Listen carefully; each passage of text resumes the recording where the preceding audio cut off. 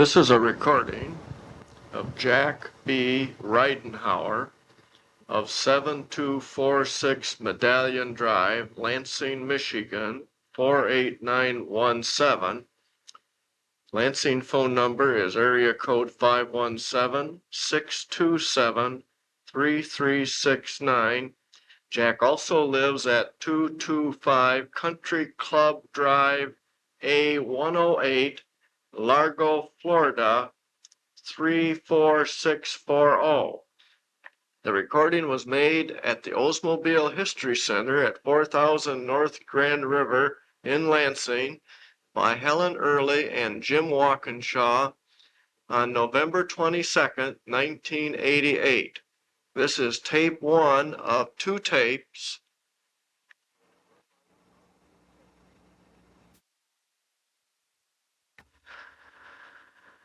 All right, Jack, I guess if you would give us your name and address, if you would, please. My name is Jack Burl Ridenour. My address currently is 7246 Medallion Drive, Lansing, Michigan, 48917. The telephone number is area code 517-627-3369. Very good, thank you. Maybe then you could take us back and start us when you started at Oldsmobile. Well, after World War II, I finished my education at Michigan State University in engineering and had always planned to go to California and find a job in the aircraft industry. I'd gone through aviation cadets and was a pilot in World War II, and that was always our aim. We graduated from MSU, we would sell our little GI bungalow, buy a better car, head for California, and we found a job that we liked in a town that we liked. We might condescend to work for these lucky people out there. Probably the best thing that ever happened to us in our life is that didn't happen. By the time I graduated in June of 1948, my wife was about 8.5 months pregnant. And the old hometown started to look awfully, awfully good. And so I was beating the doors down at Motor Wheel and Rio and FMC and Oldsmobile. And Oldsmobile hired me in mid-June 1948 as the first hiree into the new college graduate training program. The salary was not high. It was like $350 a month. My wife had been making $400 a month, just to give you a baseline, as a billing clerk typist for Doether Corporation. So, and they told you that this would be your salary for the next 2 years while you were in this program. Thank God that didn't happen quite that way. After 3 months or so, I think they were feeling sorry for people they were treating that way, and the raises started to come. While you're in the college graduate and training program, actually the first thing you did is you worked with the safety engineers out in the plant, because this was a good way to spend a different day with each of the safety engineers who each had a different part of the plant as their purview. And so that was a nice way to get acquainted with the plant and with the safety engineer. Bob Stone, I think, was at that time head of the plant safety. After that, he worked on the board. I remember working in the transmission group and in the body group, drafting.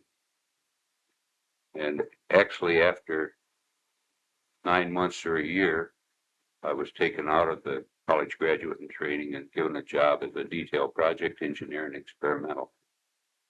One of the interesting things that happened while I was working on the board in the transmission group is J.F. Wolfram, who was general manager at the time, and had just brought the rocket engine into production, had promised our general manager, Sherrod Skinner, that before the end of the year, we were going to be building 88 rocket engines with synchromesh transmissions. And I was given the job. I never understood why, because if I'd promised the general manager I was going to do something in a great hurry, I think I'd have given some seasoned professional the job. But I was given the job of making the transmission fit the engine, drawing up the bell housing, the clutch housing, and and all the linkage. Mr. Wolfram had a great personal interest in this, so every morning he would come out, stand at the board, grunt a couple times perhaps, and walk away and be checking on your progress. I don't know whether he was interested in the design direction or just to make sure that I wasn't making 1 or 2 lines an hour. But he evidently was happy with the progress of the work. You didn't get a lot of direction from it. Oh, no, and rarely even ask a question. Okay. Just come out, stand there and look, walk away. But every morning he would do this if he wasn't out of town. He was chief engineer then? He was chief engineer in Okay. 1948. The draftsmen have a way of hooting it up if anything untoward happens in this big drafting room. Anyway, I was towards the front of the drafting room and I was leaning on the board, balanced on 1 foot with the other foot hooked behind my ankle and drafting away. And Mr. Wolfram came up and inadvertently just touched me enough to throw me off balance, and I fell full on the floor. Mr. Wolfram turned slightly red, never said a word, and just stood there looking, and eventually walked away. But He didn't even offer to help you, huh? no, he never said a word. If you were injured. He was not a real secure person. Mr. Wolfram was of very short stature, very intelligent, and had tremendous ambition. Anyway, he was a little insecure, I think, deep within. And that was one evidence of it there that I saw. Very good engineer and a very demanding person to work for, a very good person. From the job on the drafting board for college graduate and training, as I said, I went as a detailed project engineer to experimental. Jack, excuse me, did you take the transmission things through far enough to see it happen? Good question. Yes, I should continue with that train of thought. The last car off the line in 1948 was a synchromesh transmission car. It was bought by Adrian Smith, who was, I think, maybe in charge of records, I think, at that time in the experimental department. And later on, Tom Leonard, I believe, bought that car and drove it for many years. And if you're talking to Tom, you may want to ask him about that, but I'm pretty sure it was Tom Leonard that ended up with that. It was an 88 coupe, and it was, I'm sure, the last car off the line that year. So Mr. Wolfram barely kept his promise, or his claim to Mr. Skinner. Well, what were, that car then was powered mostly with automatics rather It was than? only with automatics because it had so much torque. They didn't have a transmission that they thought they wanted to put into it. Oh, yeah. As I recall, the synchromesh that we did use was a Cadillac synchromesh transmission, which probably was pretty low volume in those years. So that the engine itself just had too much zap for the ones we were using with our old 6s and straight 8. Right. Okay. Went from that into experimental department, and my responsibilities there were bumpers and bumper jacks and tires and wheels and rear axle, the differential and things of that sort. The 1949-88 soon developed a problem that we hadn't been aware of or hadn't recognized while the car was in its experimental stages, and that was that the car tended to have inside accelerated tire wear on the inside of the rear wheel, inside of the rear tire. And I was given the job of trying to figure that one out.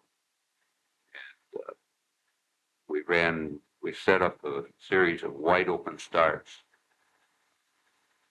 blacktop, followed by an early stop, and then another wide open start, a wheel spinning start. We eventually ended up out on Holt Road, east of Holt. Mr. Wolfram had a farm up there. A current friend of mine was managing it for him at that time. And we were running these tire tests 3 shifts a day, 5 and 6 days a week. We could wear out a tire at 100 miles. With that sort of a regiment. Especially when we found that if we put the right tire over on the gravel shoulder, got it spinning good, and then pulled it abruptly back onto the blacktop. There were many honest citizens of Delhi Township that weren't too happy with us with these wheels, tire screaming starts all times of day and night. And Oh, my I can't God. blame them too Yeah. much. But So that sort of was our test track in this. we used that. Uh-huh. The grounds was available, but we wanted, instead of running the car to the grounds and back or using someone at the grounds, we wanted to keep close eye on these cars. Yeah. Because we could wear a tire out 100 miles, we were constantly monitoring the progress. Yeah. Uh, Anyway, it turned out that my finding was that the inside tire wear was due to the fact that with the high torque of the engine, we were actually just forming the rear axle into a bow, pulling both sides forward, and the axle differential would go rearward slightly. And when this happens, you have toe in. Well, toe in on front tires, of course, would wear the outside of the tire. But since you had torque on these wheels, it worked the other way. Yeah. When we brought these findings to, I believe, Kintig, Lowell Kintig was a experimental engineer at the time. He took me in to see Mr. Metzel, who was the chief engineer. Metzel said, yeah, but, toe in causes wear on the outside of the tires. I said, yeah, but evidently because these are driving wheels, and I would use an eraser to demonstrate what I was trying to tell him. Anyway, he really didn't buy it. We had to continue running these tests for another 2 or 3 months before finally, by using shims, a circular shim between the differential and the differential housing, we could displace the axle shafts inward ends forward and cause slight toe out. That was the eventual fix of the problem. Just build the cars with a very slight toe out, 1/16 of an inch was, I think, is what we were aiming for. And then when the cars were used in a slightly more aggressive manner than usual, perhaps the wear tended to balance out, and you'd get a normal tire wear. So that was one of the interesting solutions we had, or problems we had the early days. That's a unique problem. Nobody would have ever recognized that, would they? I don't know why we didn't recognize it in the experimental department. Perhaps prior to going into production, perhaps the axles we had were straighter or something. Or maybe people just didn't can it all the time. But the way they were being produced, they did have slightly toe in. But that combined with the torque of the engine just was too much. We'd find as much as 5/16 toe in on some. Wow. That's quite a lot if you're going to increase it under torque. Yeah. No, that's interesting, Jack. Uh, Who were you working for at that time? Who was your immediate supervisor? Do you remember? I think that, let's say, I think Lowell Koenig was the experimental engineer and subsequently promoted to assistant chief. I think Don Perkins was experimental engineer for that. I'm not certain, but he and Tommy Tompkins both came one after the other. I went from there, I believe, to the body group. Dick Steele had been sort of aide-de-camp to the body engineer for many years, Tom Loring, and then Landell. Remember Landell? Whitey? No, that wasn't Whitey. That was another one. Tom Loring and then Landell. I can't remember his first name right now. Anyway, he came from an old Pennsylvania. Well, the cream of Philadelphia, anyway. Family, a long line Philadelphia family, and he was a very fine body engineer. And Dick Steele had worked for him for many years on details of styling. Dick, of course, eventually became the styling contact engineer for Oldsmobile. But anyway, I was given the job of working directly for the body engineer. Shortly after that, Pete Estes brought the rocket engine to fruition under Gilbert Burl, was rewarded by giving the job of body engineer. Of course, everyone said, well, Pete Estes doesn't know anything about bodies and interiors and styling and instrument panels and sheet metal and things of that sort. Well, don't worry about Pete. In short order, he knew all he needed to know and a little more. Anyway, he had the large corner office a couple offices to the right of the chief engineer. And there was a desk in the corner, and that was where I sat. I was given responsibility for following up all these details for him on styling and interiors and trim and different patterns that were proposed for upholstery. When would that have been about? Ooh, I'm thinking 1950 perhaps. I don't know. So you 50, worked 51. directly for Pete Yes. Estes Mhm. that And time. actually sat right in his office and listened to his conversation. And one of the things that was so phenomenal about Pete, I'm a pretty aggressive person, and if I have a problem, I tend to go right after it. Pete had other ways to solve problems, and that was, I'm sure, the secret of his great success. He never gave up. I mean, he didn't look the other way when he had a problem. He solved in a very, very tactful manner.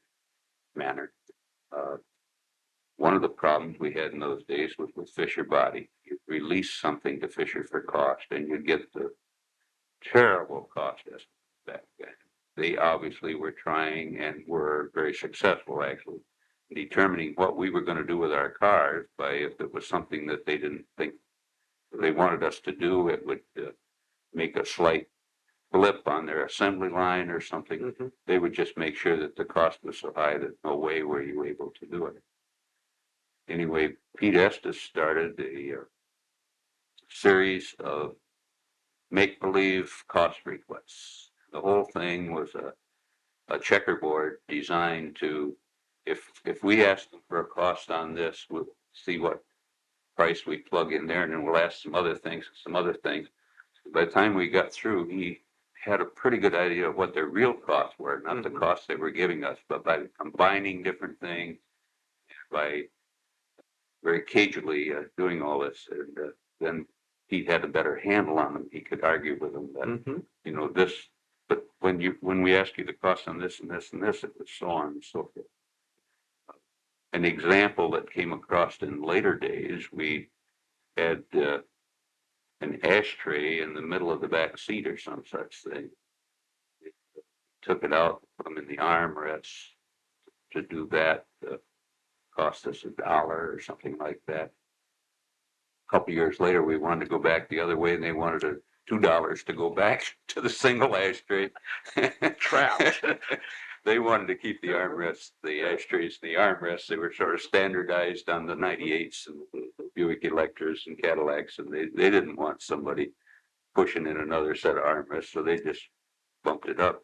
And then we said, well, why is the cost so high? Well, we got to put that support back in the middle of the seat that holds the ashtray. And we said, well, where was the savings you gave us when you took that out? Because you only gave us $1 for the ashtray. You didn't give us $1 for the support.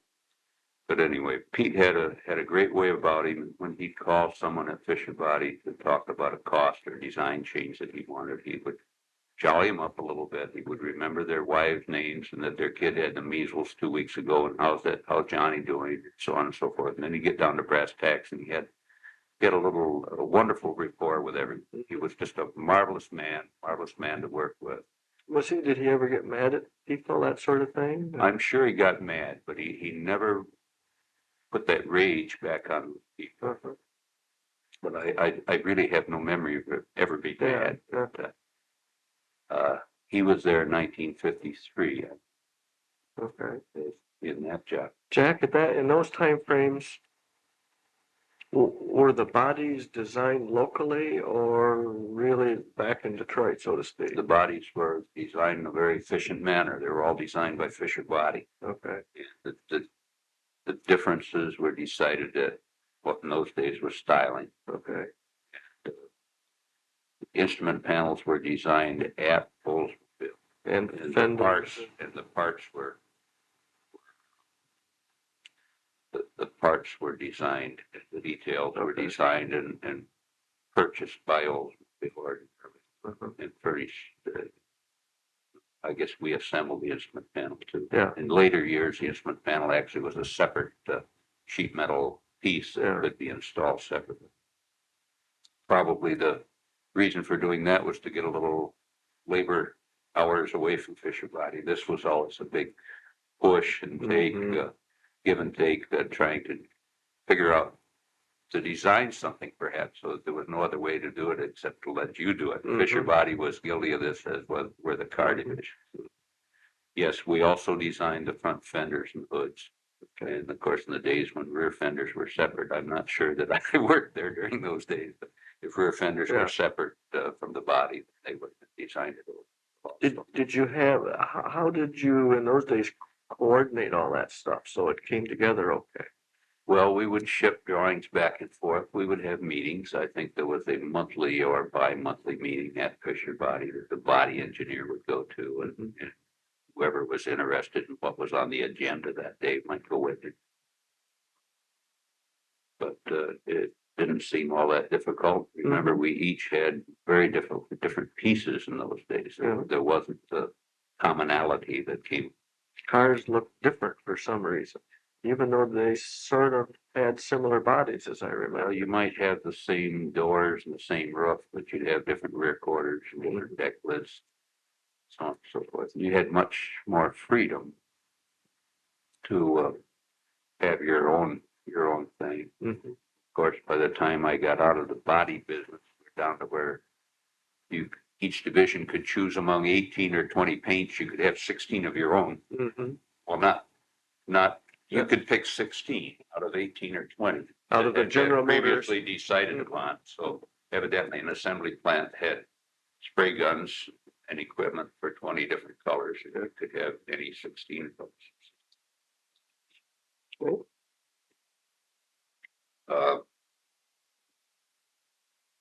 I went from working for Pete. Another story about Pete, of course, is that after that he went over as chassis engineer. Everyone said, "Oh, now what's he know about chassis?" You know, in about a month he was as good a ride handling man as they'd ever had around the place. Mhm. There was nothing Pete could do. Pete came to us out of school, was that? No, he came to Oldsmobile from GM Research Labs. He had worked All on the right. Kettering engine. Okay. I guess another story I ought to touch upon was the speaker at my graduation from MSU was Boss Kettering. Oh, And the message that he gave us, and I'll never forget, probably should have followed it, was that don't fight the current of life. But if you decide you want to go left, but the current's going right, maybe you better take a look at that. Go with the current, because you'll find that helps your career, give you a little impetus. And when I knocked on Oldsmobile's door, I said, "Hey, I want to work in product engineering." And they said, "Yeah, but you've got a major in industrial engineering, and we need a man right out there." I said, "Yeah, but I don't want to work in industrial engineering. I want to work in product engineering." And they finally said, and it was Matt Campbell and Raleigh Person that I was working with, and the people that I interviewed at engineering, Jim Dykstra, I think Don Perkins, and Lowell Kindig. Mhm. But anyway, eventually they said, "Okay, we'll hire you." So the big day came, I think around June 21st or something like that of 1948. And they went over to personnel and we signed all the papers and went through all this stuff. And Matt Campbell started to walk me out the building and headed towards building 40. And he said, "Where are we going, Mr. Campbell?" He said, "Well, we're going over here to plant engineering." I said, "Yeah, but that wasn't the deal. Product engineering said they would hire." Evidently, they both wanted me. Yeah. You know, I ended up in product engineering where there wasn't as much current carrying you forward. Yeah. Did you end up actually doing anything out in the plant, or was that just? So we turned around that very day, yeah. went back into personnel, and then went over to Oh yeah. talk with Mr. Dykstra and start working over Alright. there. How different your life could have been if you hadn't spoken up. Yes, I guess. But I really was product oriented. Sure. I had a degree in industrial engineering, the very early ones, only because I came back from the war and things were sort of goofed up, and I had to go through basic college. I had an advisor at MSU who was a horticulturist. His name was Professor Apple. who also was a famous Professor Apple at MSU in engineering, who was in charge of the industrial engineering program. That's probably who I should have had as an advisor. I had a horticulturist. And I was a little upset after coming back from the war. I was married and I wanted to get through education and get on with my life. So the Professor Apple of the horticulture department suggested that, well, look, you've got to take basic college. Why don't we get that out of the way and then we'll worry about this other and you'll have that behind you. So, man, I concentrated on basic college to the degree, but after a year, I was ready for all these engineering courses. Of course, you had prerequisites, and many of them had 1, 2, and 3 division courses, physics and all kinds of courses. You had 3 things. Well, finally worked something out with Dean Miller that I would take the first and last of these courses. Have to study hard to make up for the middle one. But I would graduate with a degree actually in industrial engineering with a minor in design. So that's how I come to have that degree. We finished 4 years of college, a little over 2 years, going summers. Tough road. How you had to do it. After my days with Pete Estes, I believe I went into the body engineering project group. I think I had non-electrical accessories. Al Baker and Don Severance and Ernie Levengood had electrical accessories. That was the whole electrical. They had electrical and electrical accessories, but I had all the other accessories. This was very interesting because you had, remember the big metal sun visors that stuck out over the hood? Oh, yeah. Yeah. We had child guard locks, little lock buttons that you had to use a key to put in a slot so you could raise up the button, lock the doors so that kids in the back seat couldn't unlock the doors. Okay. We had little chrome Kleenex dispensers that swung out from under the instrument panel, and you could pull one out. I still have one of those. I think that says Buick on the one I have. Yeah. We had the little gadgets that screwed on the instrument panel, a prism, so you could see the traffic light, because it was a little tough to do that with that sun visor sticking out in front, if you recall. Who were you responsible to dream up those kind of ideas? No, those were already on board. Okay. If you could dream up something new, I guess so much the better. Another accessory popular in those days, and I'd still like to see come back and still available, the company's still in business, was the little vent shades that went on top of your window openings in the doors. They're still for sale. They're made by Vent Shade Corporation on Peachtree Industrial Boulevard down in Atlanta. I'll be there. Of course, we had all kinds of wheel discs. Not sure that I had responsibility for wheel discs. I think those did stay with the chassis group who had the wheels. Pretty important to make them stay on. I don't think they ever let that out of there. But we had wheel pants, if you recall, the sheet metal pieces. Of course, we made those ourselves, and we tried 50,000 different ways of holding them on. And then an important consideration was they would build up with mud and things like that. Had a flat tire, sometimes they were damn near impossible to get off. They'd either rust in place, it'd be ice built up in there, or frozen mud. And of course, it's real nice if you're going to sell something like that to be able to change the tire in case it goes flat. So we tried all kinds of things trying to outwit that. Another job was to hold the jack handle, and the jack base securely in the car, and so that it wouldn't rattle, and so that any sane person could get it back in again. Now, this was always a good task, and usually eluded us, I suppose. Usually we were allowed about 24 cents to do all this. And eventually out of that came the sticker that went on the top of the deck lid, so that you had a visualization right there, not only where the jack might be, sometimes it was pretty hidden, but how to get it back in, and how to properly and safely use the jack.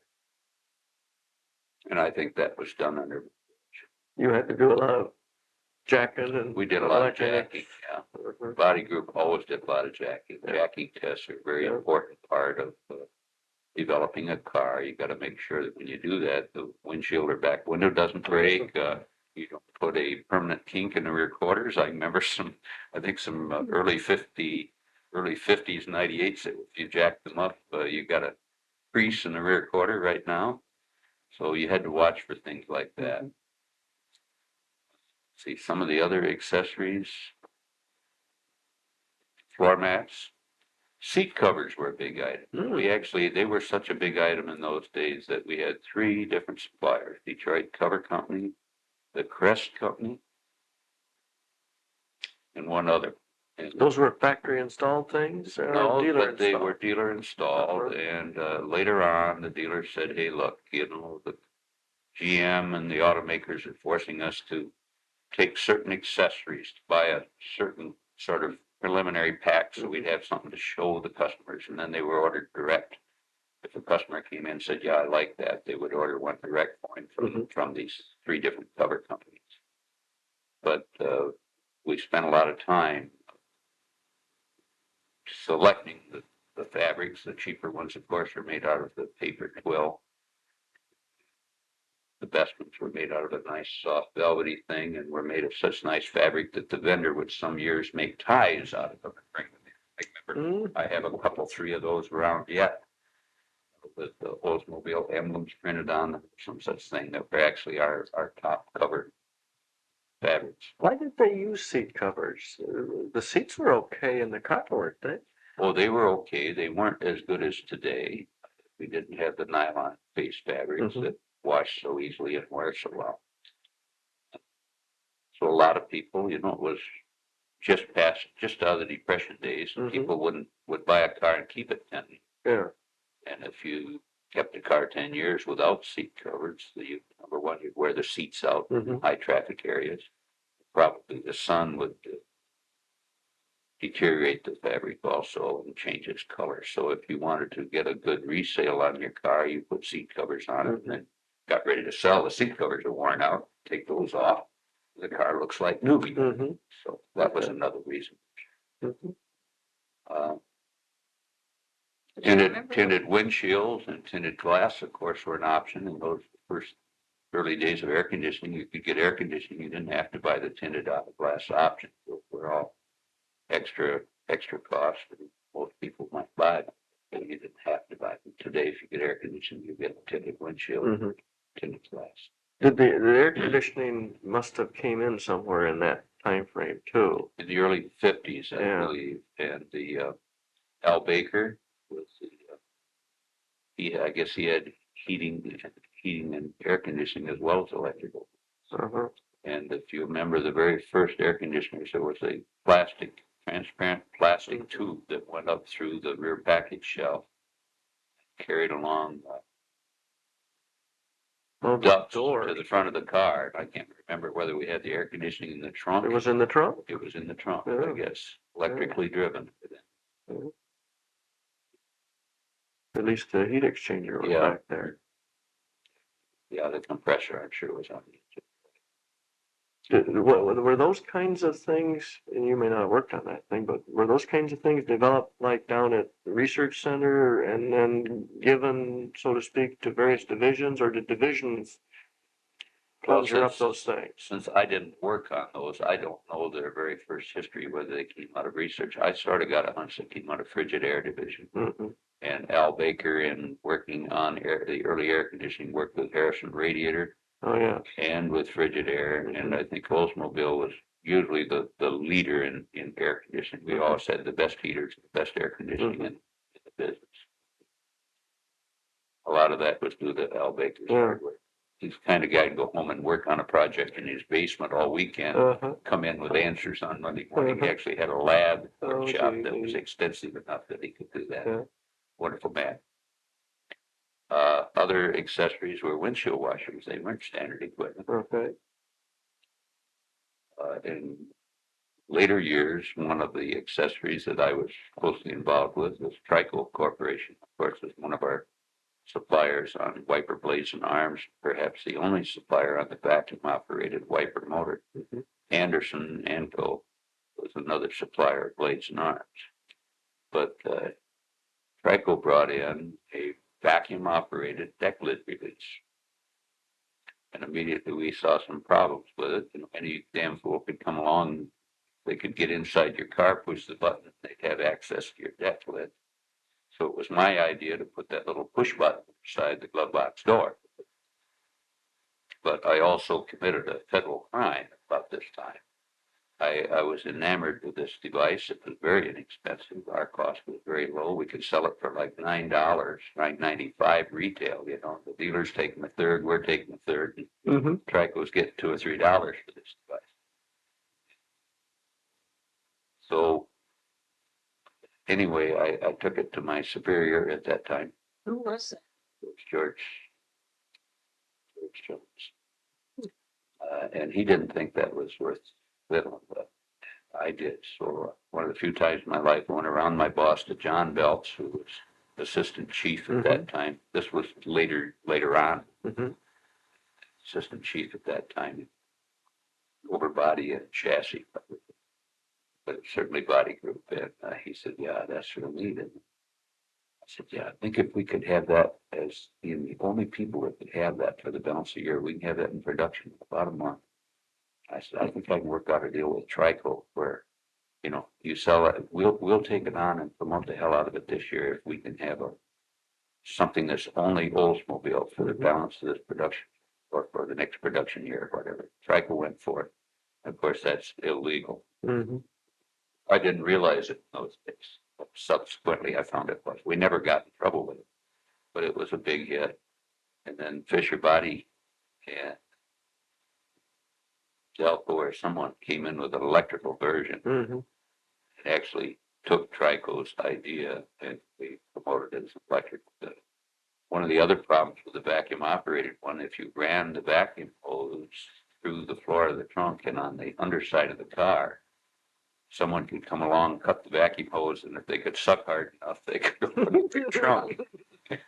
And we proved that was awesome. But he do that? So we routed the thing on the inside of the car. When other people went to it, they go, why did they go to all that trouble? Yeah. About it underneath. They probably found out why. But in a year or two, every car maker in the country had that as an accessory, and it was still an important accessory today. Jack, what about this wheel cover over the back tire, you know, like Yeah, the the wheel pan. 98s? Was that? That was that thing I was talking about that we tried 50 different ways of holding. So this is the wheel pan or wheel cover. They were always buggers to not only get them to hang on, but they didn't fall off on Belgian blocks or hit big thank you ma'am type bumps. Yeah, But also so you could get them off when you wanted to get them. What happened to the sun visors was eventually styling decided that these things were not adding anything to their beautiful car. They were adding lots of profits to us, and a lot of people in the southern tier of states really appreciated them. But styling Mitchell, Bill Mitchell? Bill Mitchell, decided that this was sort of an affront to these wonderful designs, even though our old studio was making the, you know, here's the new car and here's what your visor ought to look like. With a little outfit called Precision Products over Keego Harbor, Michigan, that manufactured these things. Mr. Maher, his son Bill, went out of business later, represented Kaiser Aluminum to the automotive industry for years. Actually, Bill and I became good friends. We're about the same age, and we're still friends. But we had a lot of work to do with these people. They'd make a preliminary model, and with the cast brass chrome-plated molding on it, we'd tell them what color car we're going to try it on. They'd have it all painted, bring it over, and we'd go through the same installation steps that a dealership would have to. The edges would fit into the drip molding. You drill holes through, and then take the visor off, drill oversized holes in the drip molding, and then run these little chrome-plated screws in. And sometimes there'd have to be a center bracket that would screw into the center of the roof of the car. And then you had to go out and try them because all kinds of crazy things would happen. Sometimes they would vibrate. Sometimes you'd get a whistle. So you had to try them at high speeds and things like that. So after you got your trial installation, if you're lucky enough that it fit the first or second fitting, then you'd go out and make a road test. I remember one time we were given a car to put this sun visor on that had just been having some carburetor work done to it before it was given to us. So they said, okay, you're all set. Put the sun visor on. We drove out the west door of the old engineering building. We got out on the highway and I floored it, and it stayed floored. Here I had Mr. Maher Senior and Bill in the back seat with me, and we had a stuck throttle. Well, we managed to get the thing back up, but the Mahers never fail to remember. Well, for them was a very exciting. It was. Yeah, really. But trying to think of some of the other things. They apparently then, Jack, we did the testing for those things, Oh, yeah. rather than the Yeah. vendor, so to speak. Yeah. Yeah, you were putting these on cars before they were on the market, Mhm. so they had no way to test them. Mhm. But When did they decide to put the inside visor on? boy, those have been there for many years. That goes back far beyond. Yeah, those were on early cars, out on the flop down ones inside. I do Because you saw them recall. in the advertising, you could only get one, I mean, you only had one, Side. and then eventually two came to pass. Those were much earlier, So 25, you 30 really years. didn't need this outside overhang. Oh, yeah, it was, Well, it was nice. I tell you, I wouldn't mind having one today. I live in Florida, really, and I'm down there half a year. But they were very, very good at keeping the sun out. The old bed shades were very good at keeping the rain out and the sun out. So you could leave your windows cracked an inch or so, Oh, and you wouldn't yes. get any rain. Pretty nice day. Some other accessories we worried about. Trailer hitches. That was always fun. Get those to fit the car. Fight with the frame guys to get some holes to accept the trailer hitch without having to drill them if possible. Now, Olds never really made trailer hitches, did it? Those were drop shipped too. We had them in our accessory catalogs in some years. Then I believe when liability suits became such a problem, we sort of washed our hands of it. We said, hey, we'll cooperate with you trailer hitch people. Bob Ford later on in Chassis Group did a lot of the heavier hitch work. But we'll cooperate with you, but we'll let you come in and see our new cars and see what you got to do to get a hitch. So you can have hitches available for start production perhaps shortly thereafter, but we don't want any of the money from it. It'll be your hitch and your problem. We're such a juicy target, we attract lawsuits. right.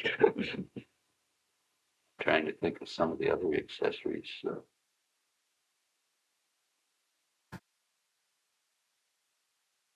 Oh, yeah.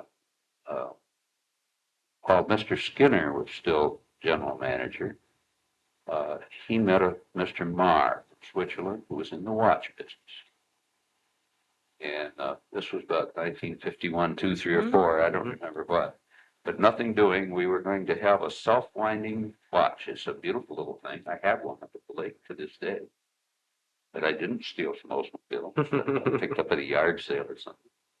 But this was a unique little thing. It had a little pivoted pendulum in the back that, as you turned the wheel, would wind the watch. It was mounted on the It steering was wheel? 17 jewels. Yeah, it was mounted in the steering wheel. Not right on the center. It was On the center, spoke. on the bottom center spoke. Uh-huh. Yeah. And as you turned the wheel, you did the clock. Of course, it was very unhandy to read. It couldn't be illuminated very well, so we didn't try to run an electrical wire to it and illuminate it, but it did have a radium dial. Anyway, I think we had that for 2 or 3 years with very low sales. People preferred the electrical clock that was in the instrument panel that could be lit. But it was a very unique kind of a millionaire's toy or something. And Sherrod Skinner, one of the few bad moves he made, I think, was he didn't ask us if we thought that'd be a good accessory. We told him to cooperate with the gentleman. style of wheel for it, Uh-huh. and it went production period. Yeah. Do you remember that? Yes, Bob? I do. We've got a picture of Yes, it, we yeah. do. in the archive. I'll have to bring it. Mine's up at the lake. Uh-huh. In the Oh, that bedside would be table. nice to I'll have see to a bring it real home one. and let you see that. That would be We'd interesting. like to. Yeah. But it was a very, today, it would cost probably $250 just for the watch Oh, yeah. today. It's a very expensive piece. Oh, no, do you keep it wound? You have to wind it by hand. You can, there's a serrated face on it. You can wind that back. Actually, I find it a very real utility because I never have it wound. It's Yeah. just back. That's, if we had more earthquakes, maybe we could keep it. Actually, I think it'd work on both. Oh, that, Uh-huh. perhaps so. Yeah, it might. The old compasses were another accessory that Okay. were in our book, and we had to find a way to, so you could put those on after the car was built without windshield gets in the way of drilling holes in certain areas. Mhm. So you got to be able to get into a garnish molding screw or something that's accessible. So we had those. Let's see, in glass. Oh, rear window defoggers. Remember those? Oh, The fan fan type. jobbies. But those, I guess those would have been Al Baker's department because they were electrical. Somehow or other, we got mixed into that a little bit. Uh-huh. We had the visor vanity mirror, of course, was a clip-on. That Mhm. was our accessory. In the early days, we had some that said Oldsmobile, and they had a little frosted glass on each side, and you could write down your mileage when you changed your oil and things like that. Yeah.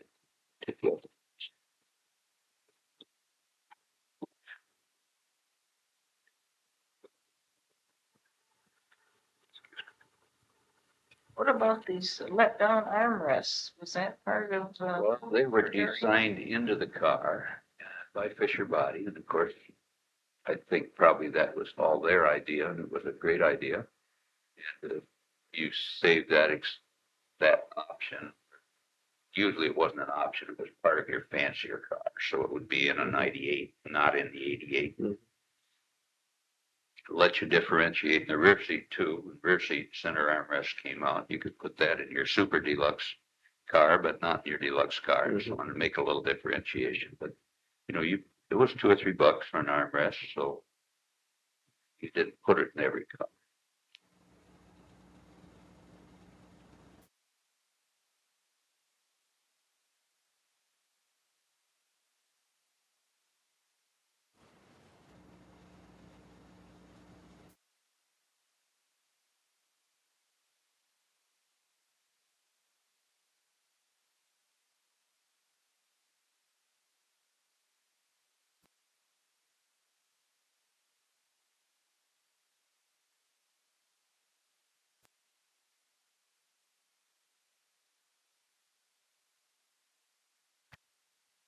Hey, Headrest came along much later as part of the safety effort in the early 70s or late 60s.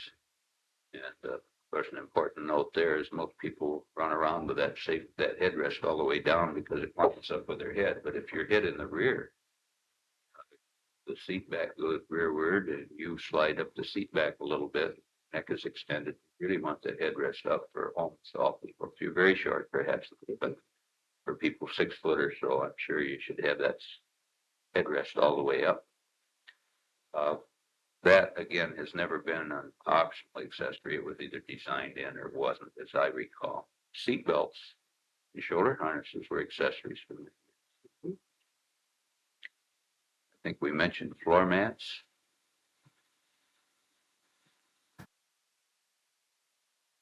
In 1948, I think we still had a little set of tools that came with each car. I can't remember whether they did in 49 or not. We had a little khaki envelope that went in the trunk, and there was a screwdriver and a pair of pliers and goodness knows what in there. isn't that interesting? And I have some of those khaki pouches that I bought at salvage, Mhm. 49 or 50. Isn't that something?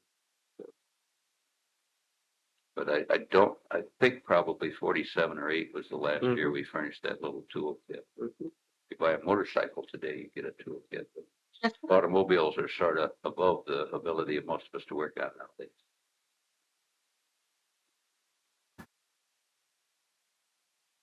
trying to think of other options. Oh, we had exhaust pipe extensions. Remember the chrome plated gadgets? Oh, sure. Mhm. And then not under my accessory hat, but in the chassis group, you could get dual exhaust. You could, maybe you could pay extra with your V8 engine, Mhm. get dual exhaust, which gave you a little more power.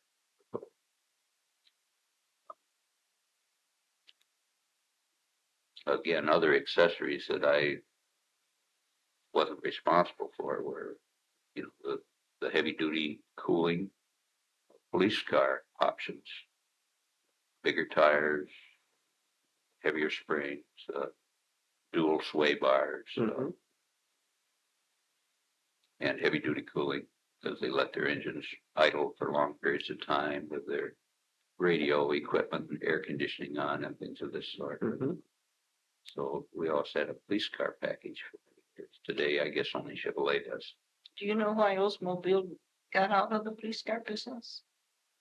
Do I really know? Yes. Do you know? No. Well, I think when we dropped down from the big 88 and Chevrolet with Pontiac were the only ones left with what we historical B car Mhm. they still have today. That pretty much took us out of the police car business right there. Of course, in the years before that, you could only get an 88 engine in an 88. People had good reasons to buy our car. Our engine was so sturdy and dependable and so long-lived that it was the car of choice for many police departments and many highway patrols. But later on, when you could get an 88 engine in a Chevrolet or whatever, or maybe Chevrolet developed their engine to where it was nearly as good as ours, then Chevrolet gave a good cost advantage to cost-conscious municipalities, and rightly so, probably. So the Chevrolets and Pontiacs seem to take over the Dodgers and Plymouths and Fords. When did we start deleting these beautiful ornamental hood ornaments and use the ones that were more flat? That's a great question for George Jones, but I think, remember when the rocket engine came out, we had the single rocket ended up by the early 50s with dual rockets, so on and so forth. And one of the reasons that we got away from things of that sort was the safety push. The NHTSA actually were talking about passing standards against hood ornaments and trying to have some kind of a test where you'd have to hit a dummy, I suppose, to see if you stole a hole in it.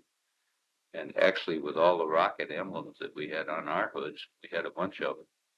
I can't remember, there may have been, but I can't remember ever hearing about a lawsuit against us for hurting a pedestrian with the hood ornament. Actually, you hurt a pedestrian hard enough when you hit him with the bumper. What happens from a hood ornament may be secondary, but I don't recall ever hearing about one with an Oldsmobile hood ornament. We had some that probably could have inflicted a wound, but if they didn't break off, but other people did have, some other car makers did have problems in that regard.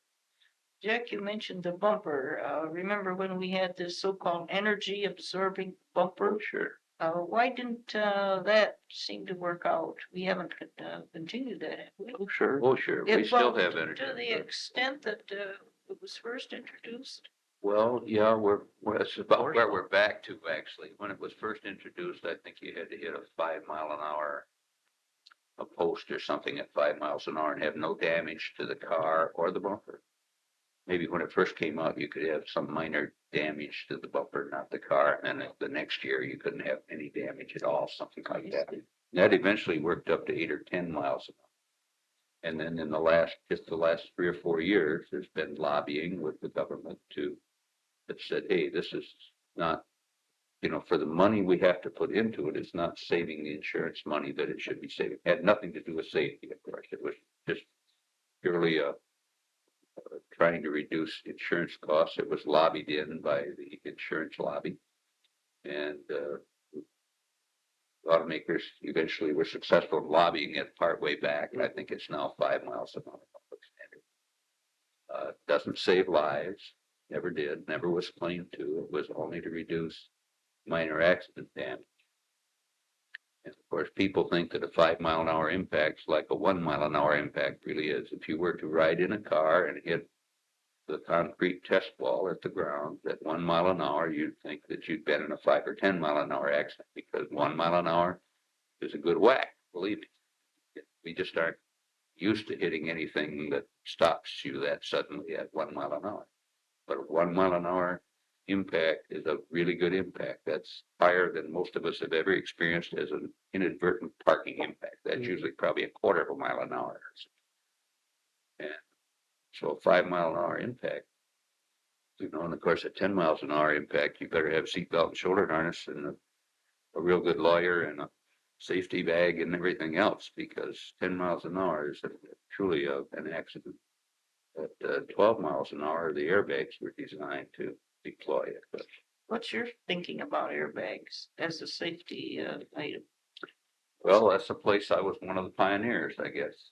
1965, I was appointed automotive safety engineer for Oldsmobile by John Belts, who was chief engineer at the time. I believe maybe he was general manager. He was chief engineer. And this was the first division of automotive safety engineering, first division to have one.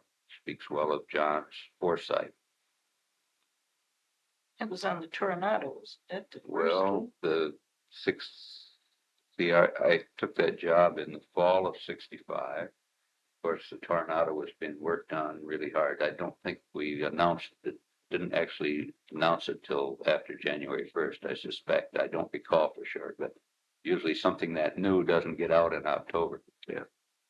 One of my very first jobs then was John Belts called me in and said, Jack, the Atla group of attorneys, the trial lawyers, have just finished a convention someplace, and they're saying that, boy, they're really looking forward to us getting this Tornado on the road, because with its front wheel drive and with its newness, it's going to open up a whole new area of income for these people.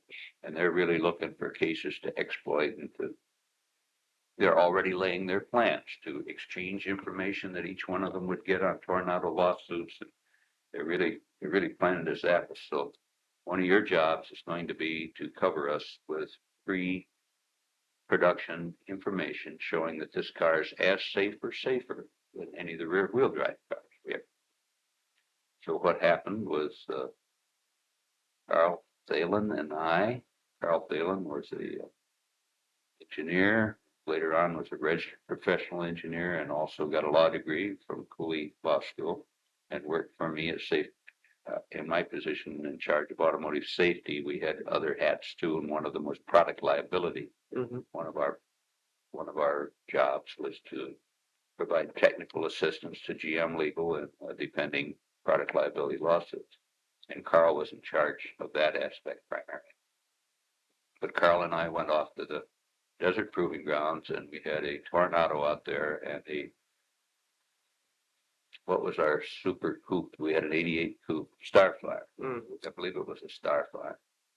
But anyway, a 88 coupe, and they were both fixed up with roll bars, and they had leased an old obsolete airfield, government, that turned out to be a auxiliary airfield that I'd made touch and go landings on, flying Stearmans when I was in primary school at Phoenix back in 1944.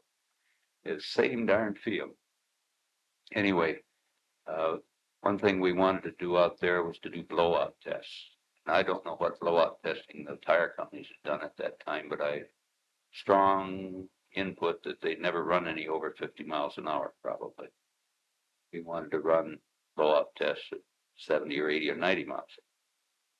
So the way you run blowout tests is they had a little pickup thing, a commutator, I guess you might call it, you could put on wheel, center of the wheel, and a dynamite cap that they would tape onto the sidewall of the tire. And then you get up to speed, and the driver had a button. You could press the button and the tire would blow out. So we wanted to do this on all 4 positions of each of these 2 cars. That'd be 8 tests. And then we had 3 or 4 different tire makers. And we wanted to do it with each type of tire. We wanted to do it both not only straight ahead, but we wanted to do it in a full bore turn where you were just hanging on. And if anything else happened, probably something bad was going to happen. So We had a professional test driver. We had two-way radios where we could communicate back with the Oldsmobile office at the main proving grounds. And we got out there, all set to go. I kept saying, okay, I guess we're ready to go. Nobody got in the car. Well, this test driver did not work for me, and it wasn't my job to tell him to get in the car. So I called Jim, can't think of his last name today, eventually became a Jeep dealer in Phoenix. Mhm. Made himself a lot of money in the automobile business. But I called him back at the proving ground. I said, well, we're all set to go. I said, but nobody gets in the car. I thought maybe he'd say, well, put the driver on the radio and we'll let him talk to him. I said, well, we're ready to go and nobody gets in the car and it's not my job to tell him to get in the car. He said, well, suppose he doesn't want to drive it? Well, impression I've got. He said, do you want to drive it? I don't care. So put on the helmet, got in the roll barred car and proceeded to drive these 90-mile-an-hour blowout tests, except when you got up to about 55, 60 miles an hour, the dynamite cap would fly off the tire Oh, before you were ready to detonate it. So this auxiliary airfield was used by Girl Scouts and Boy Scouts for weekend bivouacs, things of that sort. Okay. And so I wouldn't let them proceed with the next test till we found this little detonator from the first test. Eventually, we worked out the method at my suggestion. We actually slit the sidewall of the tire down to the first fabric Mhm. and made a little pocket and slipped the detonator into the pocket of the sidewall. And that way it would stay Just on. hold it on. Stay on. Of course, it would have been harmful to the life of the tire in service, but since you're going to do something with it right now, it wasn't harmful in that respect. And that way we ran our 90-mile-an-hour tests. And you were driving? I drove it. I Did it drove work? both the 88. There was no difference in those tests between a rear-wheel drive and a front-wheel drive car. Uh, No difference at all. Well, that's the next part. You're getting ahead of me. Don't get ahead. But anyway, going ahead at 90 miles an hour, you could blow out all four tires at a time on either car. And all you do is keep your foot off the brake, slow down reasonably, and brake very, very slightly, and you come to a reasonable stop. No problems. Nothing very exciting, really. But then we found where two of these blacktop runways crossed at maybe a 150-degree angle to each other. And we found that we could make that corner at about 70 miles an hour. And then we proceeded to blow out tires. While we were going to the right, we blew out a right front. That was okay. We blew out a left front. That was, it was a little more spectacular and more exciting, but it was something that if you were driving the car, you could drive out of, you could hang on to it and make it. The right rear was okay. And then you blew that left rear tire. And that car went. I mean, it went. You didn't roll over, but you lost control of the car. There was no way that you could control the car Did it spin out? because you're Yeah. actually you just spun all over it. You were trying to control it. You could. And of course, if you'd gone off into a lot of dirt, pile up enough dirt in front of the wheel that you could trip it and roll the car over. Actually, we never rolled the car. This was with the Toro or with the rear wheel drive? Well, that happened with the Toro first. So then we said, oh boy. What happens with the star part? Well, identically, the same thing happens. Of course, when you analyze it, you've got the car in a situation where anything almost that happens is going to give you a bad time. And actually, you were lucky to survive reasonably the other three tires. But when you trip the one that's really doing the work in that right-hand turn, that was the end of it. Boy, you lost control of the car. That's all there was to it. But it didn't matter whether you're doing it with the rear wheel or front wheel drive. Actually, about the time we found that out, we had a lot more tires to run. I was called back to Lansing on some matter, and Carl Phelan happily finished these things up. But did you have to do all the driving for that thing, Jack? I did up until that time. I did the first two sets of tires, I think, on the 88 and 98 of the turns. Then I had to come back to Lansing. Yeah, I ended up doing the driving. What did this test driver do? Just stand there and watch? Stood there. Jim Locker was the man's name, the boss that was running the proving grounds. I remember his name. Jim Lockett. Well, what was the test driver's responsibility? That's what they had him out there for, to Just run to it. observe?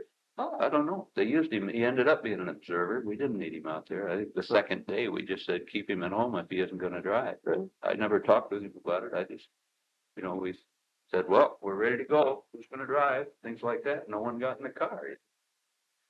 So, anyway, so evidently I was the first person in the industry to ever do 90-mile-an-hour blowout test because no one had even developed a way to hold the detonator on top. Yeah. So this was in the fall of '65. And Now you came home, you said, then, and I Carl went had back to out come there. home. Carl finished these tests Uh-huh. up, so between the two of us, we did the driving. Did you have other kinds of things that you thought We were had gonna be all problems? kinds of tests. Another one had a thrilling outreach too. At the end of the east-west straightaway at the General Motors Proving Grounds at Milford, we had a big circular pad, skid pad. And one thing you do there is lateral G turns. Put the car in a constant rate turn, staying on a certain diameter circle, and try to see how fast you can go. Well, we had a, experimental tornado down there and a production Starfire. And in trying to get the very best numbers that I could, I was driving the car again, going around this, Big circle. I've forgotten the diameter of the circle. I just can't remember. And going around and around and around, and eventually decided that was as good as I was going to get. Somebody's out there with a stopwatch timing the thing for you. I brought it to a stop, and man, smoke started coming out from under the hood. Now here's an experimental Toro that's worth, it wasn't worth much, but it had cost us a mint. We still needed the car. And one of the rules at the proving grounds is anytime you have experimental vehicles, you got to have a fire extinguisher in it. For some reason, this one had no fire extinguisher. A fellow by the name of Dick Pfeiffer, I think it is, was a special tester out there, and he was down with us, thank goodness. And we raised the hood, and man, what had happened was because you were going around to the left all this time, and we had the oil breather caps on top of the valve covers. Yeah. All the oil had been forced by gravity, by the centrifugal force. Had been forced into that right-hand valve cover, and it had run out of the breather cap. And when you stopped the car, as long as you were moving, we had enough wind that it didn't catch fire. But the minute you stopped, it ran down over the very red-hot exhaust pipe, the exhaust manifolds, and set on fire right away. So here was all this oil burning. Pfeiffer came over, he slammed the hood shut, he got in the car, and he went roaring off. And I thought, that damn fool, he's going to try to drive that car that's on fire all the way to the top of the hill at the proving grounds to where the fire department is and get them to put out the fire. But Dick was much smarter and experienced than that. And all he did was run it down that east-west straightaway and blow out the fire.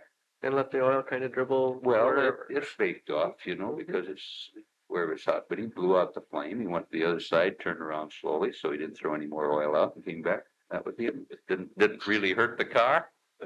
Didn't do anything. Anyway, that was another exciting experience there. We did everything from jacking the car, everything that we could think of. Braking tests to document that the Tornado was either as good or better than the rear-wheel drive car. Did you And find indeed it was. We that- found no place where it had lesser capability than, or less safe. Like in that big circle test, would it take those circles faster than the rear wheel drive? Oh, yeah. We were down to something like 0.3. We're up to I forgot, 0.7 or something like that lateral G's. It was very good, yeah. We've improved that through the years as they continue to refine the suspension system.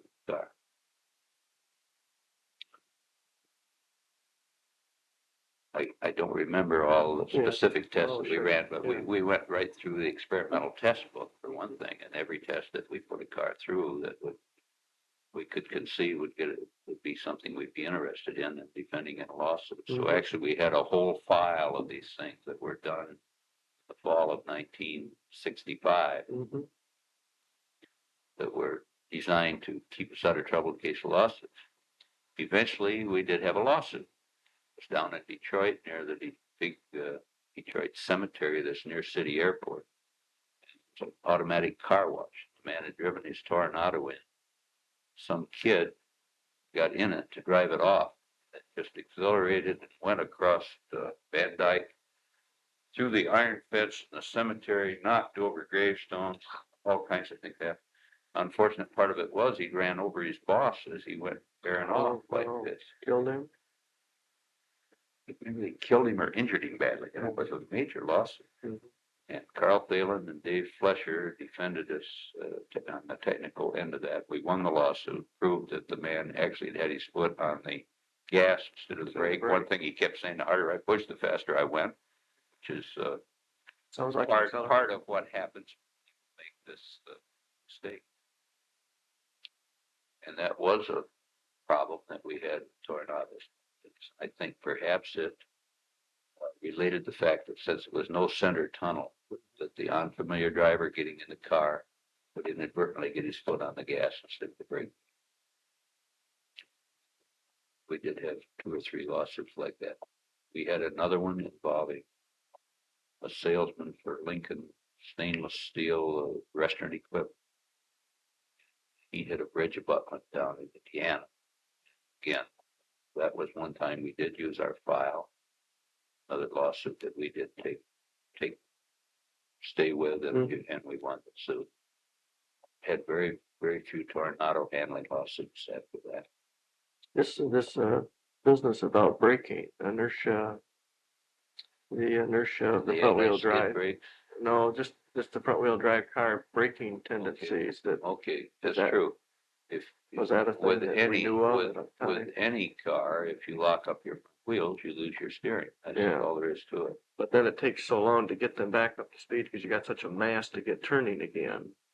Well, in those days, we Probably did not didn't know have, about that. we didn't have spring return on those pads, Mhm. and we do now. And Mhm. part of that was some, I'm sure that part of the impetus to get those spring Yeah. returns was you didn't have to have a tornado to run into that phenomenon. Yeah. It was more associated in my mind with disc brakes. Oh, yeah. The disc brakes, you put them on, it takes a minute for Sort those of pads to pull come off back. again. Uh-huh. And it usually takes a little vibration to do it. I remember driving down to work on Waverly Road with a company car a couple times on these really bad mornings, and everything is just Ice. sheet ice. And you brake, lose steering. And it took just long enough before the steering would come back that I was mighty perturbed. Said, hey, we got to get some spring returns on. Uh-huh. So we do have that today. And how much of that was my doing and how much somebody else that finally woke up, I don't. I'm sure I was one of the early advocates of doing something Yeah. about it. Jack, what happened? Must have been a period of time between 65 and when you were working back with the bodies, and what was going on in that time frame that we perhaps jumped over? Well, I was talking about the different accessories that we had. And trying to remember, I guess I went from that job to working with Tom Loring. Our station wagons, remember the big car station wagons when we brought them back, were built not by Fisher Body, but were built up at Ionia with Mitchell Bentley Corporation. They'd been building the Buick big wagon. Olds decided we wanted to get in on that business. And so Tom Loring, who in past years had been body engineer, was now relegated to styling engineer. Had been relegated to styling engineer, and then they made him a station wagon engineer. So he was going back and forth to Ionia. I was made sort of assistant to Tom. And Dick Steele was made styling engineer at that time. The gentleman I mentioned that had been in the Landell, Stan Landell, that was the name of the Yes. body engineer. I was trying to remember before Pete Estes. He went down with Brown Light Chapin as sales manager, I think it was, for Brown Light. But I was put on this job with Tom Loring and going back and forth to Mitchell Bentley and working on the various aspects of coordination on that, because one of the big things in those days was parts lists Mitchell Bentley would make a big parts list of all the Fisher body components that they wanted to buy, that they would either change a little bit or use as, or assemble them to a specific station wagon. And then they had another parts list of parts that were specifically for the wagon, other parts they wanted to buy in Oldsmobile. So we go crazy with all this red tape and worrying about all these lists, and Fisher Body priced the parts list up. Eventually, I became enamored of the fact that we really should be using polyurethane seat cushions instead of the sponge rubber. Sponge rubber was very expensive, very good, but very expensive. And we decided that, hey, you know, polyurethane would be just the thing to have. So we issued, got working with Mitchell Bentley. And actually, I worked out a way that in those days, they did not have molded polyurethane. That all came in cakes, blocks, and using red hot wires that could be cut in any shape you wanted. But this was all a square cornered, square sides, slab sided. And you put that, try to trim something like that out into a seat, you end up with awful blocky looking seat.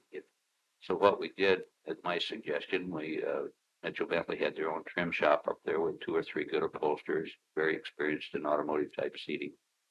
And I got them to use rubber cement or trim cement of some kind or other to put Osnaburg, which is coarse weave cloth. We cemented that on 3 sides, I believe, of the maybe all 4 sides of that polyurethane block.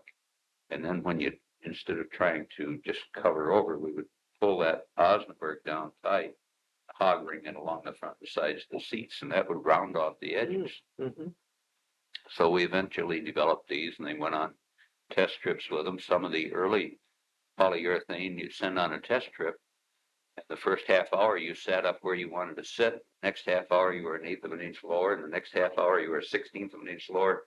And if you drove for 3 or 4 hours, gas changes, you could lose maybe 1 inch of seating height. And we recognized that as a small problem, but not a big problem. Most people don't ride. You know, if you stop for lunch and come out, it would recover and you'd be back up where you were. The attraction was that each slab of polyurethane saved you $1 over rubber. And in a wagon, we had 8 of them. That's $8 a car, $8 a car. It's automotive is a lot of. So anyway, we worked this out. We released it to Fisher Body and asked them to get bids on the polyurethane, and they completely refused. They would not even look at it. So I worked with a fellow from General Tire, almost come up with his name. And we worked with a gentleman from General Tire, and the next time the parts list came out, it didn't say anything about ordering all these rubber pieces from Fisher Body to go into the seats. They didn't ask us any questions. No one caught it down there. The next thing you know, we were happily building polyurethane seats in our car. Buick was building them with the rubber cushions next door, you see, but we were going down the same line. We had the polyurethane. They were very successful. Those were the first polyurethane seat cushions in car production, as far as I know, certainly in General Motors. Why didn't they want to accept that?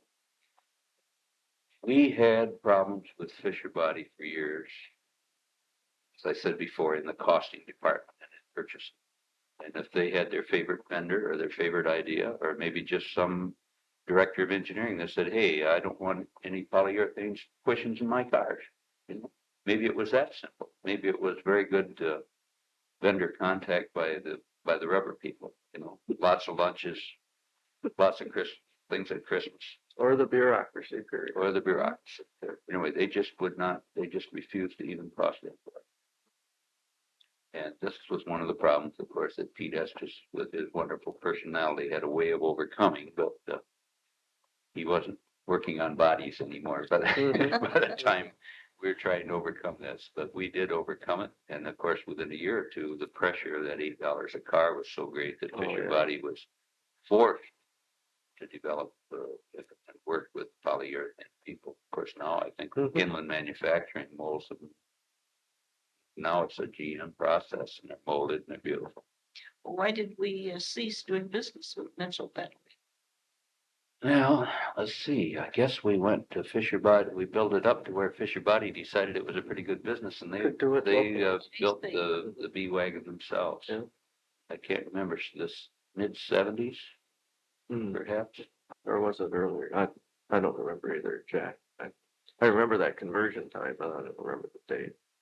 But it was fun working with Mitchell Bentley. I liked running over to Ione and back almost every day of the week. And eventually Tom Loring retired and I had that job.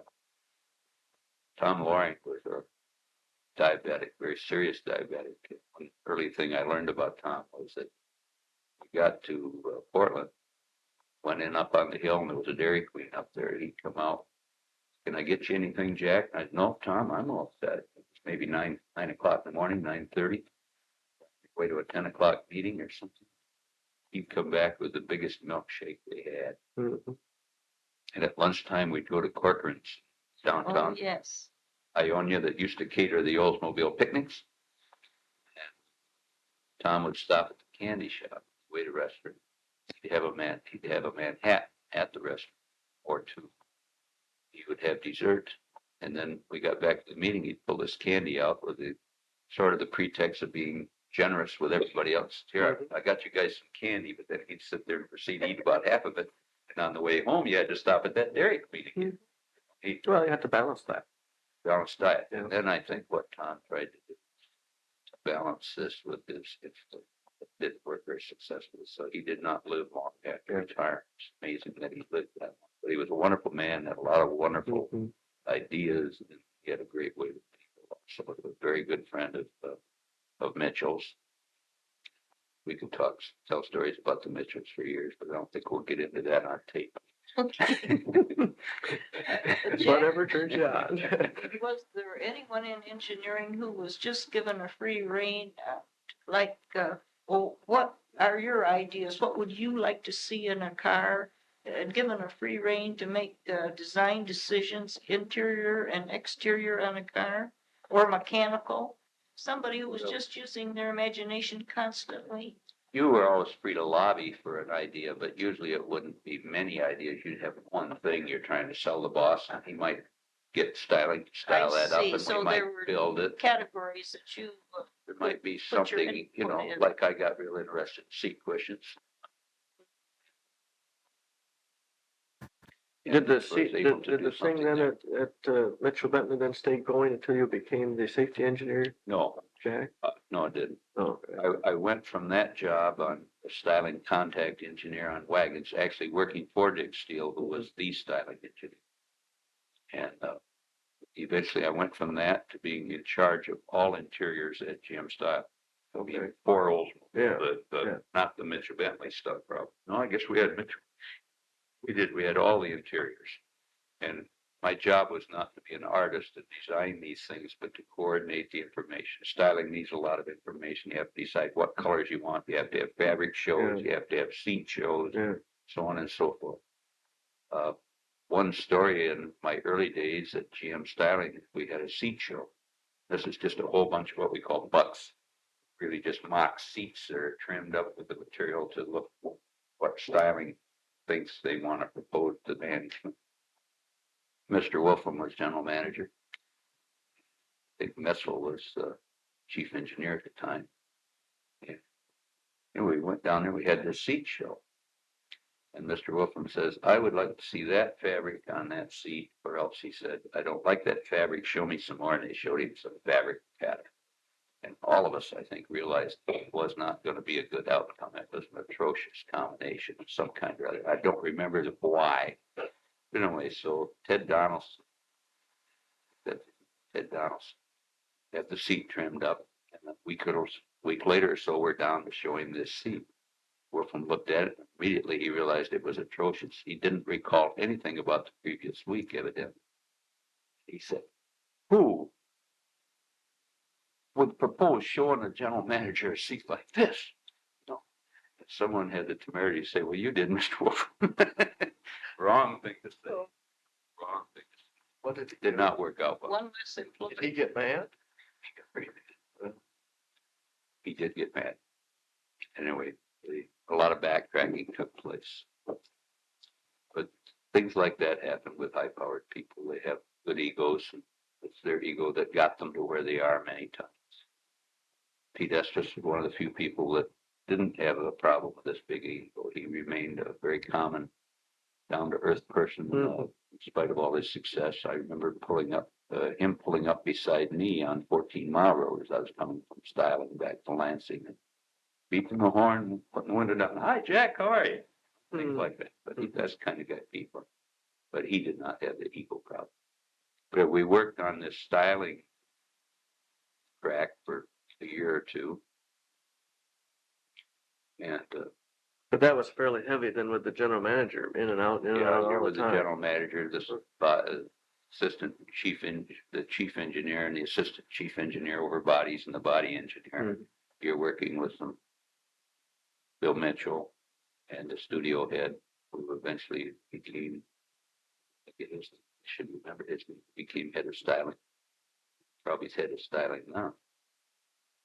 On staff. It was very, very interesting. It wasn't I'll Harley, think of his. Harley Earl. It was after Harley. Right. Much after Harley. After Harley came Mitchell. After Mitchell came this gentleman who in those days was head of the old studio. And Donaldson was in charge of the interior studio. What was the business with the general manager and those kinds of people? Did that tend to be a lot of what I call head bashing and machinations? No, not really. Usually they would come up in a very business-like way and they'd talk and evaluate the different seats, designs. They were looking at instrument panel designs, at door trim designs, at floor carpeting, at the seats themselves. Of course, this is from an interior standpoint, only headlining. The selection of materials and colors that will be offered. Of course, we had to attend a lot of meetings with other divisional people at my level to make selections. This is what we want to propose as our color selections and so on and so forth. But the general manager had a lot of input into that sort of stuff. Yeah, He was very. Oh yeah, the general manager had a lot to say about it, and the chief. Did you work with Bob Stemple at all? Yes, I did. We co-authored a paper, in fact, called something about gas tanks. Paul Muddy, Crawford, Stemple, and I. And just this summer, a big lawsuit was started in Puerto Rico. And one thing they wanted to talk with all four authors of that paper, including Mr. Stemple. Of course, one of the first things was that GM Legal went in and reported they had 40 or 50 GM people they wanted to talk with. GM Legal's always been successful reducing any numbers like that down to a more reasonable, less costly number. Anyway, the Puerto Rican judge kept whatever they asked for, they could have. So if there were 52 people to be deposed, there were 52 we had to furnish, if they still worked for us. And one of them was Mr. Stemple. But there were 250 plaintiffs, and so because in Puerto Rico they have a different law. Anyone that even sees an accident says, "Oh, that startled me," or "that traumatized me. I saw this accident. I witnessed this. It was terrible to see." They can become parties to the lawsuit. The lady's ex-mother-in-law, sister-in-law, who she had never met, lived in Spanish Harlem, were also members of the plaintiffs' list. But anyway, Bob Stemple and I did. Actually, I wrote the paper, and Paul Muddy and Crawford did most of the work, and Stemple oversaw it, so he was listed in. But yes, we worked with Bob Stemple, a wonderful man to work for, and I look forward to great things for General Motors as a result of his presidency. Well, what about this lawsuit about, what was the problem with the gas tank? Well, there's no gas tank that will never get a hole punched in it and subsequently, so there's really no problem with it, except we got outwit it. Every year you try to do better. We'll get into that a little later. If you have 2 or 3 days, we can cover all these things. Let's see, back to styling. Anyway, we're on the styling beat for a couple, 3 years. and eventually was promoted to as a development engineer in the body group. I had all non-electrical items and non-air conditioning. Mhm. Bill Jackson or someone like that had air conditioning soon after anyway. But we had all the sheet metal, all the interiors, exteriors, the body coordination, bumpers and jacks and instrument panels and noise and vibration. This would be about when? Early sixties, maybe? This would have been late sixties. Late 60s, okay. 69. 60. Oh, this is after the safety engineer. No, I'm sorry, 59. 58 or 9, All right, 58 late or 9. 50s, Yeah, all I right. gotta get my right decades. Yeah, okay. 58 or 9. And, this was interesting work. I had two excellent young men working for me. I had 5 or 6 working for me. I had George Madden, Tom Feener, but I had Bob Schultz, who's now vice Mhm. president of General. Otto Kern, Mm-hmm. service, no, Isn't he? Otto Kern, Did he no, retire? he's in, No, but he's maybe in not. reliability service or Yeah, something. I don't know, something else, has a lot to do with service. Anyway, they're all excellent young people. These were the days when we were just coming out with the vinyl roofs, Mm. the vinyl coated roofs. And the first year we did that, you could get that car on the road, the vinyl roof would blow right up like a balloon. And of course, if you did that long enough, even after the wind that was generated by the car going through the air, by the time you stopped, the thing sort of sagged down like an old bag. It really was terrible. Of course, expensive thing to fix in the field. The worst part was, for all we knew, if you put the second top on, it wasn't going to be any better than the first one. It just wouldn't have the stretch in it. But anyway, we did a lot of things trying to figure out what the problem was. I think the eventual fix was to get the front edges well sealed, but basically to get the good rubber trim cement all over the roof, not just around the edges. I think that's what had to do eventually to fix that. That was sort of a scary problem.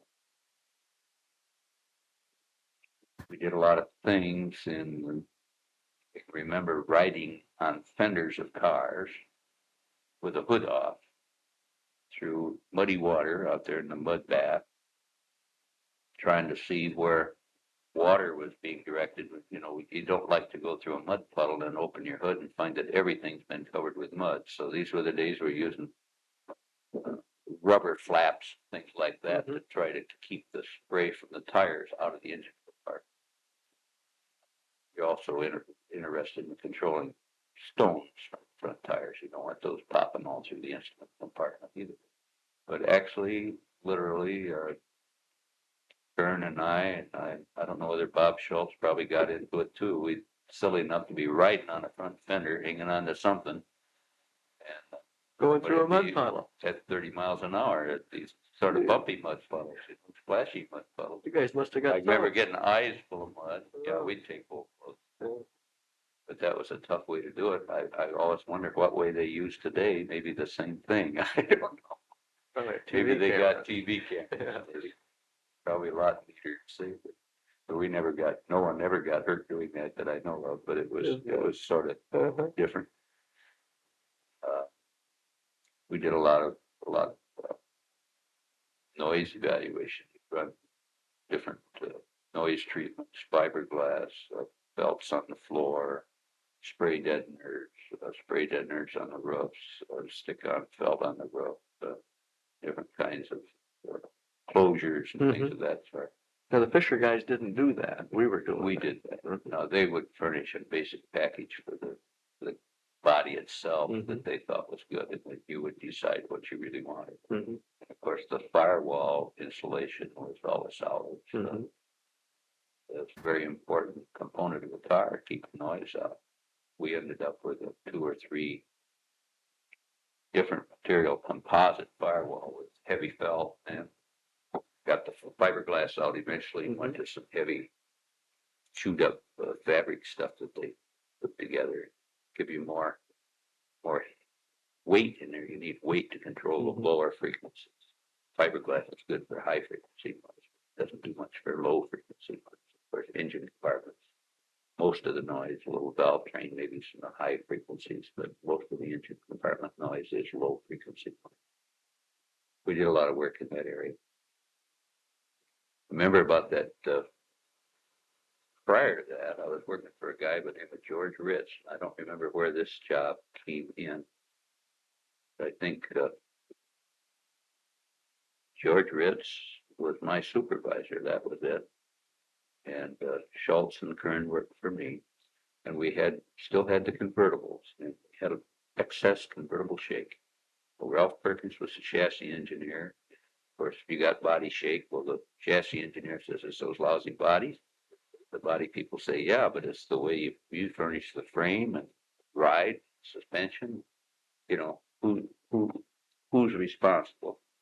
And so anyway, Ritz was a very egotistical, very hardworking gentleman that had worked for Auburn and some of the old time car makers.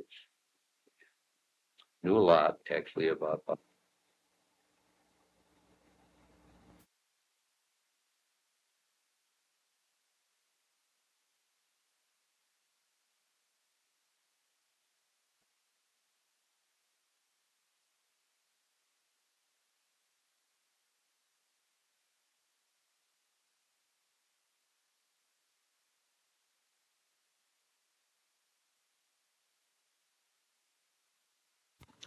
This is a recording of Jack B. Ridenour. This is tape 2 of 2 tapes. The tape was made on November 22nd, 1988.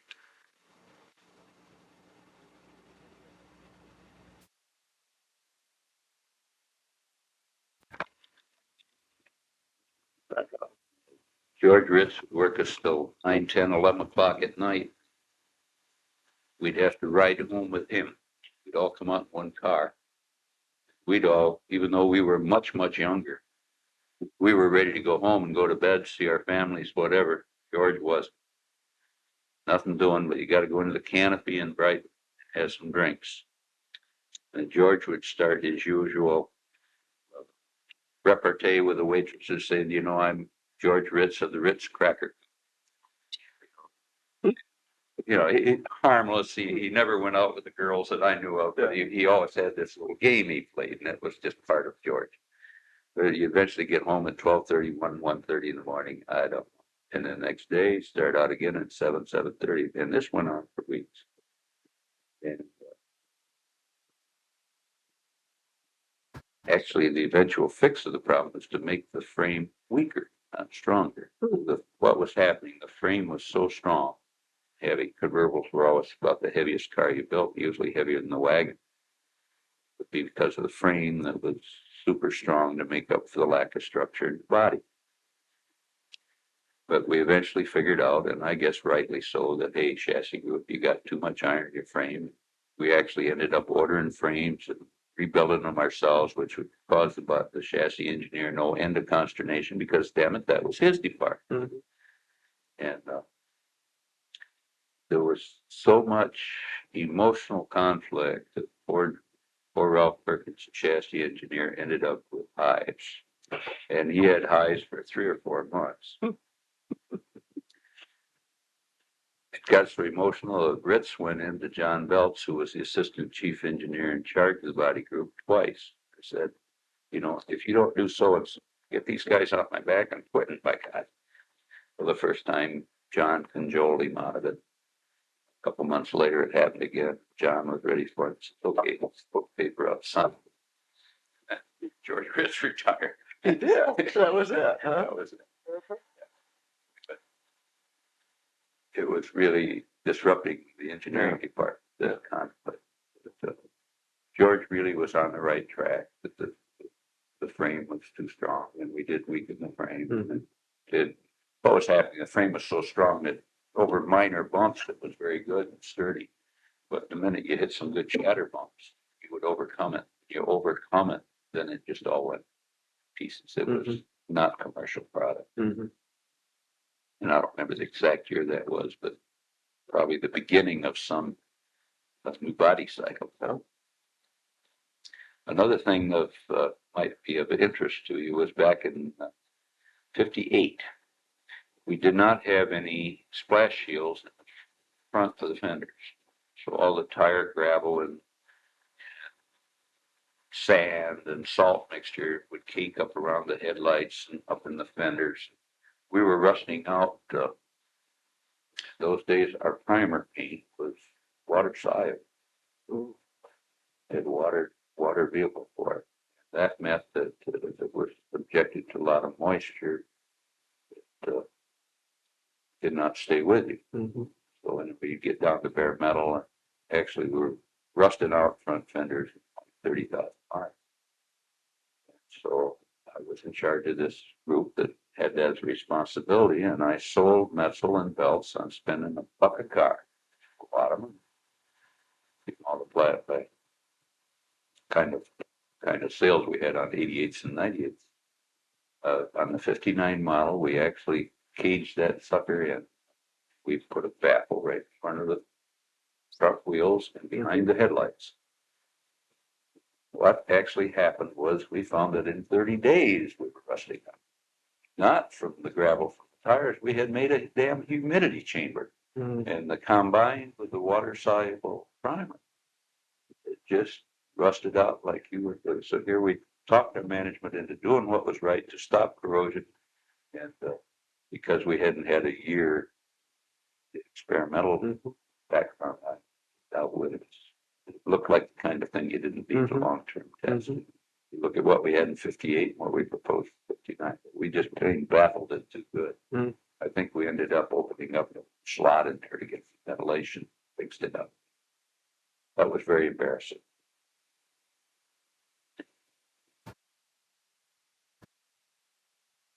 About that time, I was given the job of working with a guy by Tom McWilliams in at the GM Tech Center.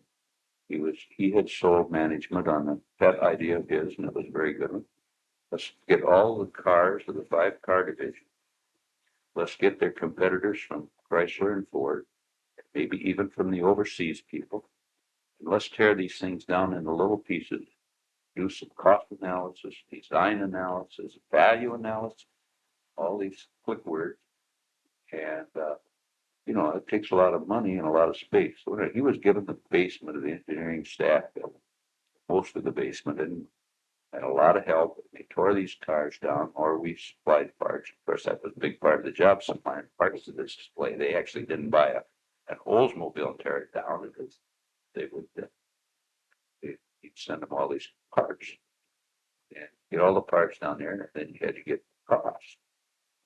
If it was a divisional cost, then that just said was furnished by one of the divisions of General Motors, then they wouldn't put the cost on. I suspect one of the reasons for that was that under the pretext of saying we don't want our in-house costs exposed. Hell, you were exposed. If you made the fender, you exposed that. But if you bought this part from Delco or somebody, you couldn't show the part at the price. I think because they probably had different pricing for the same part to different divisions. So anyway, we worked on that, and at the end of a year, one of your big things then was going down to the display and trying to find out McWilliams people. He had accountants, all worked for engineers, everybody. They would be exposing the big differences. There were also other differences that they hadn't run into. Everything from we were still running with a die cast timing gear, or cast timing gear at least. Some people had all fiber timing gear. Other people had composite timing gears, cast with nylon gear teeth, and the all nylon timing gear. I think Chevrolet had gone to. It had saved like 40, 50 cents a car, but that was one of the items that was early on picked out. Actually did perform well in the field. Went through all our tests. We tested it exhaustively. Went to that part. Mm-hmm. The end of the year, I think we'd saved some millions of dollars just on those bills. We had to keep a book with all these costs and savings. We worked at that for 2 or 3 years. Eventually, Earl Hamilton, who was one of the first graduates of GMI in computer, with any computer technology information. I don't know what his degree was in, but he was down in the experimental department using wrenches and things and not being appreciated because they wanted to do a lot of overtime, and he was raising tropical fish. Maybe on Friday night he was planning to take $5,000 worth of tropical fish to Minneapolis or something to deliver, and they'd want him to work. It was very difficult. But anyway, I interviewed Earl and recognized that there was a guy that would be quite good for us. About that time, they added product program to our list of responsibilities. This is the storybook, if you will, that goes to the corporation once a month. You tell how you're doing on your present car, what you plan to do next year, and right on through for about 5 years. It's supported by tooling costs, rearrangement costs, as you probably know. You probably furnished costs for that, Jim Walkinshaw. Yeah. And piece price estimates, total price for your part of the car, and so on and so forth. We wrote that thing once a month. We had to go in and go through that with Belts and Metzel. That was a pretty big problem. Metzel was a real stickler, an ex-school teacher, high school coach, and things of that sort. He was a real stickler for accuracy. Once you write something and read it 3 or 4 times in the typed version, in those days we didn't have word processors. If it had to be retyped, it had to be retyped from scratch. And then since they were your words and you'd already been reading them for 6 months, if the girl made a typographical, you're liable to read it right even though it's wrong, because you're the worst person in the world to edit your own copy. And you know it too well, and you read things into it that aren't there. You think it's right.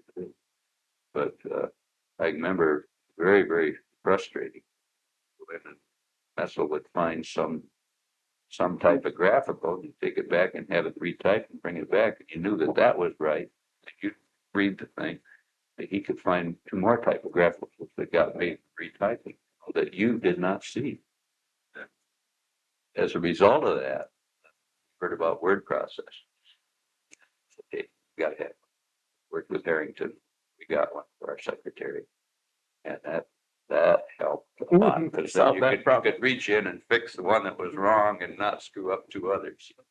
But this was a real problem. And it was nice. You were working with the comptroller's group, you were working with all the tooling people, you were working with all the Gail Price and all the cost estimated people, both at Fisher and other divisions, and a very interesting job. Then Now, prior to that, and Earl Hamilton came in, and I had him head up that eventually. you didn't do those kinds of things prior to that, Jack? I didn't, but the No. corporation was doing it. I don't know who wrote it before I did. Perhaps Harrington. All right. Might have been Claire Harrington that had to do that. Probably such a pain that he wanted to get rid of it. I don't know. If you ever interviewed Claire? Was Claire? No, I don't think he's on that.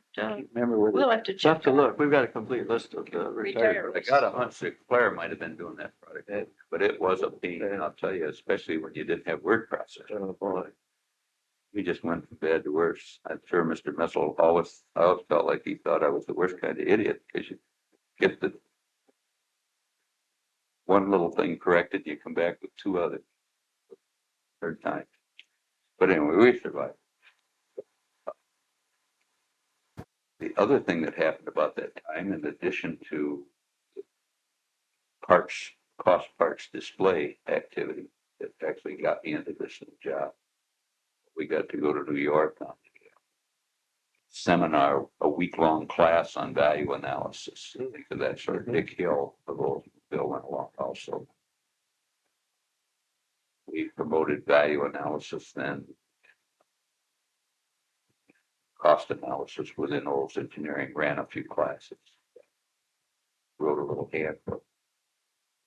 But another thing that came along as a result of trying to get to base cost parts of this cost display thing was the standardization of standard type parts, not just bolts, nuts, and washers, but little brackets, and springs, and all kinds of things.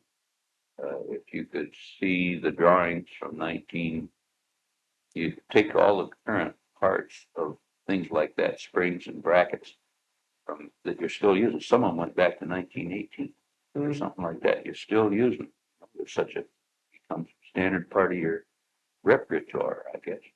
And each division was doing the same thing. We're cluttering up the production line with all these different parts that were similar. And if you'd known that the other guy was going to use this, or he had the base cost bracket.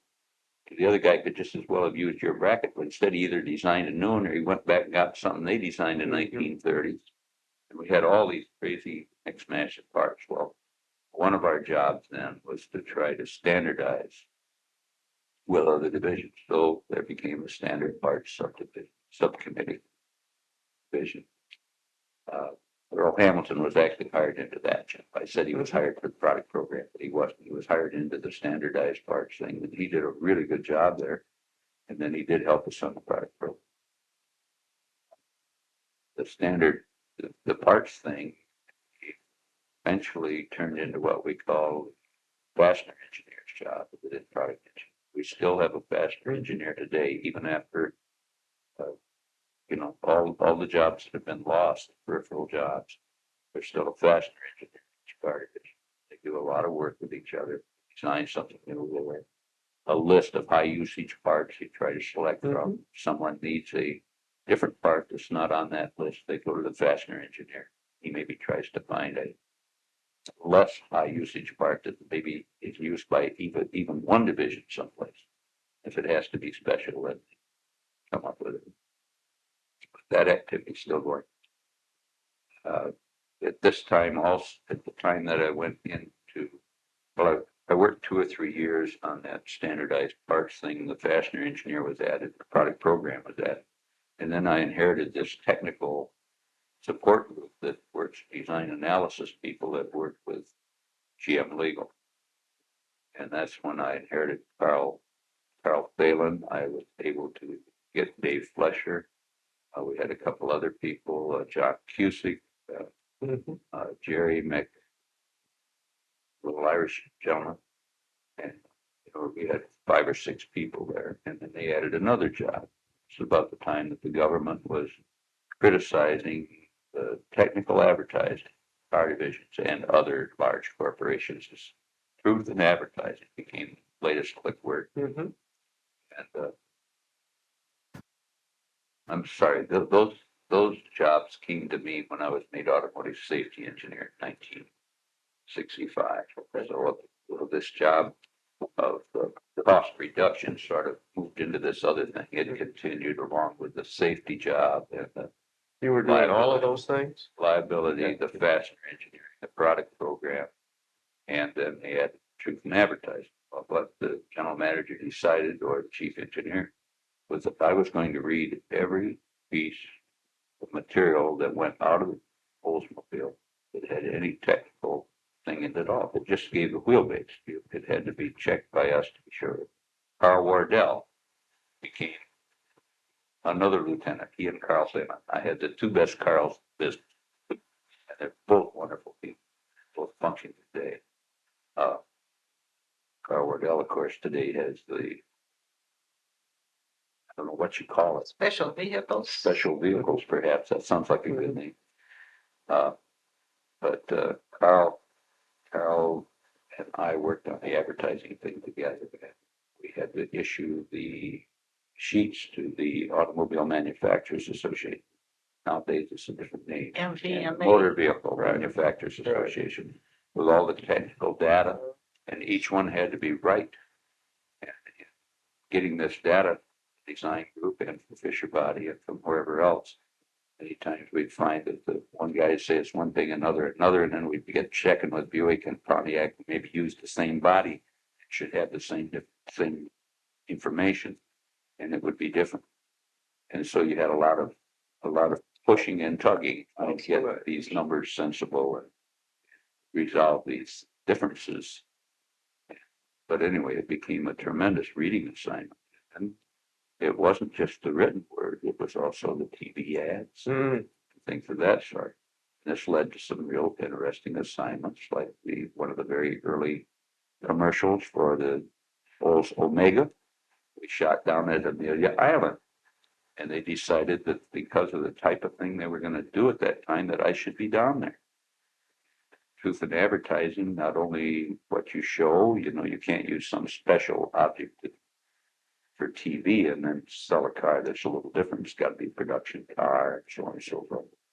We're down there. They had little models from New York. They had 3 or 4 girl models, 4 or 5 boy models. They had a Hollywood TV movie crew in there.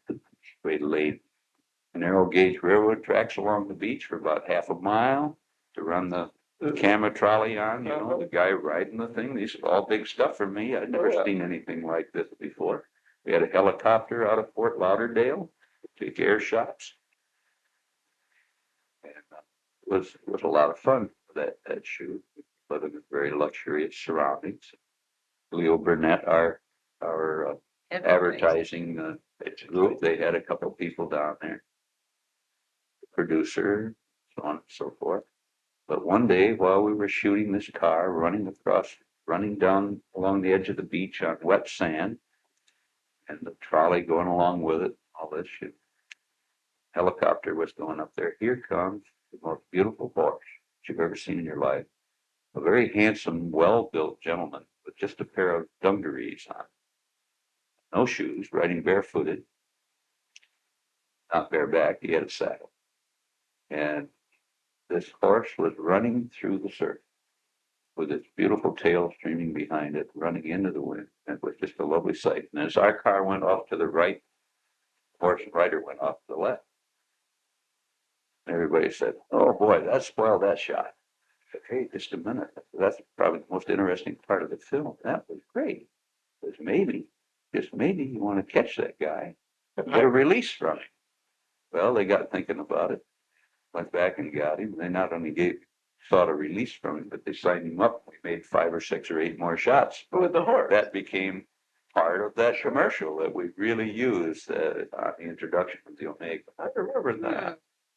But that was all sort of serendipity. That was a complete accident that we got that horse rider. But then they made more shots together. And then another interesting part of that was that my wife was down there with me, a couple other wives. When the shooting was all done, the helicopter still had another day or so on his contract. I don't know who dreamed it up. I didn't ask for it, but they put us on this little helicopter 2 at a time, and the guy gave you a real thrilly ride, down there kissing the tops of the waves, coming up to the cliffs and then swooping up and doing all sorts of silly things that were safe, I'm sure, but exciting to people that aren't used to what helicopters do. And then they gave wives a very sedate little ride out there. So that was kind of neat. And even living at Amelia Island Plantation. A neat place.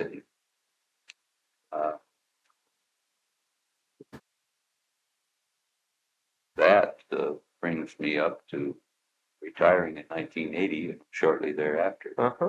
What date did you retire, Jack? In August 31st of 1980. Okay.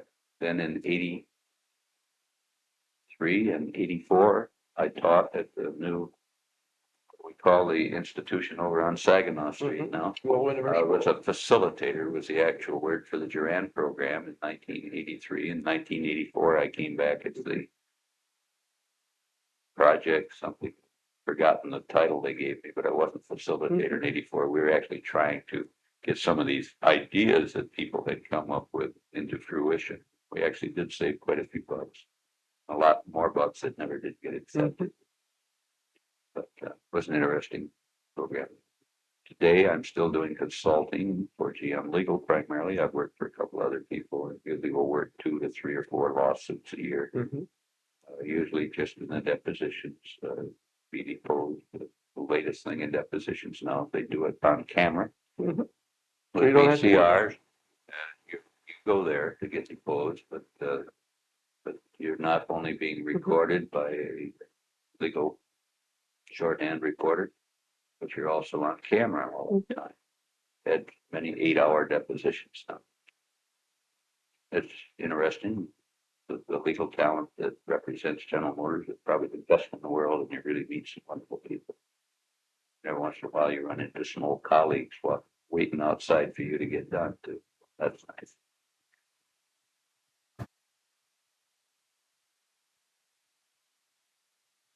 Some more of the old days. Jack, who do you suppose, if you were to pick, who was your best boss that you had over all those years? The best manager was certainly John Bell. Okay. And he had the vision. he gave the Cutlass Supreme the impetus that carried on for many years Mhm. afterwards. We're still writing on Right. John Beltz's Cutlass Supreme. Really. John had lived, I'm sure that the corporation would be mighty different today than it is. Mm.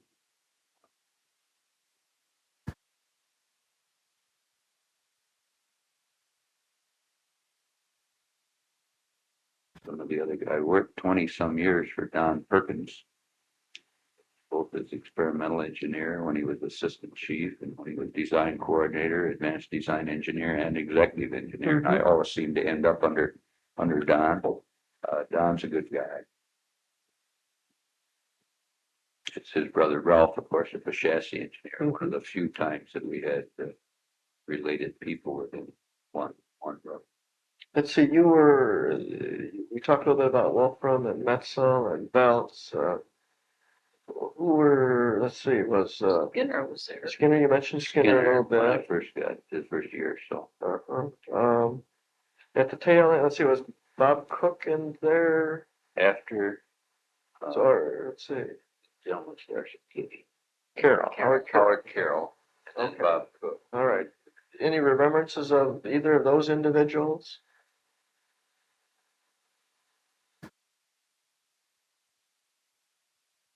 I think Bob Cook was probably the most human, honest person that we had in. Bob was a real person. Was seeking more than just promotion within the organization. I think many times we saw people's decisions colored by what it would do for their career rather than what it would do for the division of the corporation. I prefer not to get into personalities there. No, But Bob Cook was a good person. mhm. Had you planned to retire in 1980, Jack? I had planned, nothing had been said to me, but the business was such that when February of 1980 rolled along, my wife and I had never taken Florida vacations. We had a summer home and we preferred to spend our vacation time up there rather than roaming around Florida. So, but in February of 1980, I told my wife Sophie that it looks to me like there might be a chance that we'd be able to retire this year. Let's go down to Florida and look the place over. So we took 2 weeks in February, and between friends and acquaintances, we stopped at 9 places for a day or more, and went down the east coast of Florida and up the west. And actually, we liked it all. Mhm. We came home and talked about it. Well, where would you want to be down? I said, I don't know, I kind of liked it all. In the winter, it's sure nice. So late in midway or early on in August of 1980, Ron Haas, by the way, there was a good boss too. Okay. Ron Haas was an excellent supervisor and a fair gentleman. Of course, he's a vice president of General Motors today. I think probably Oldsmobile has furnished more vice presidents and presidents of the corporation than any other division. I wish somebody would do a study on that sometime. I'm sure I've had a bunch of them.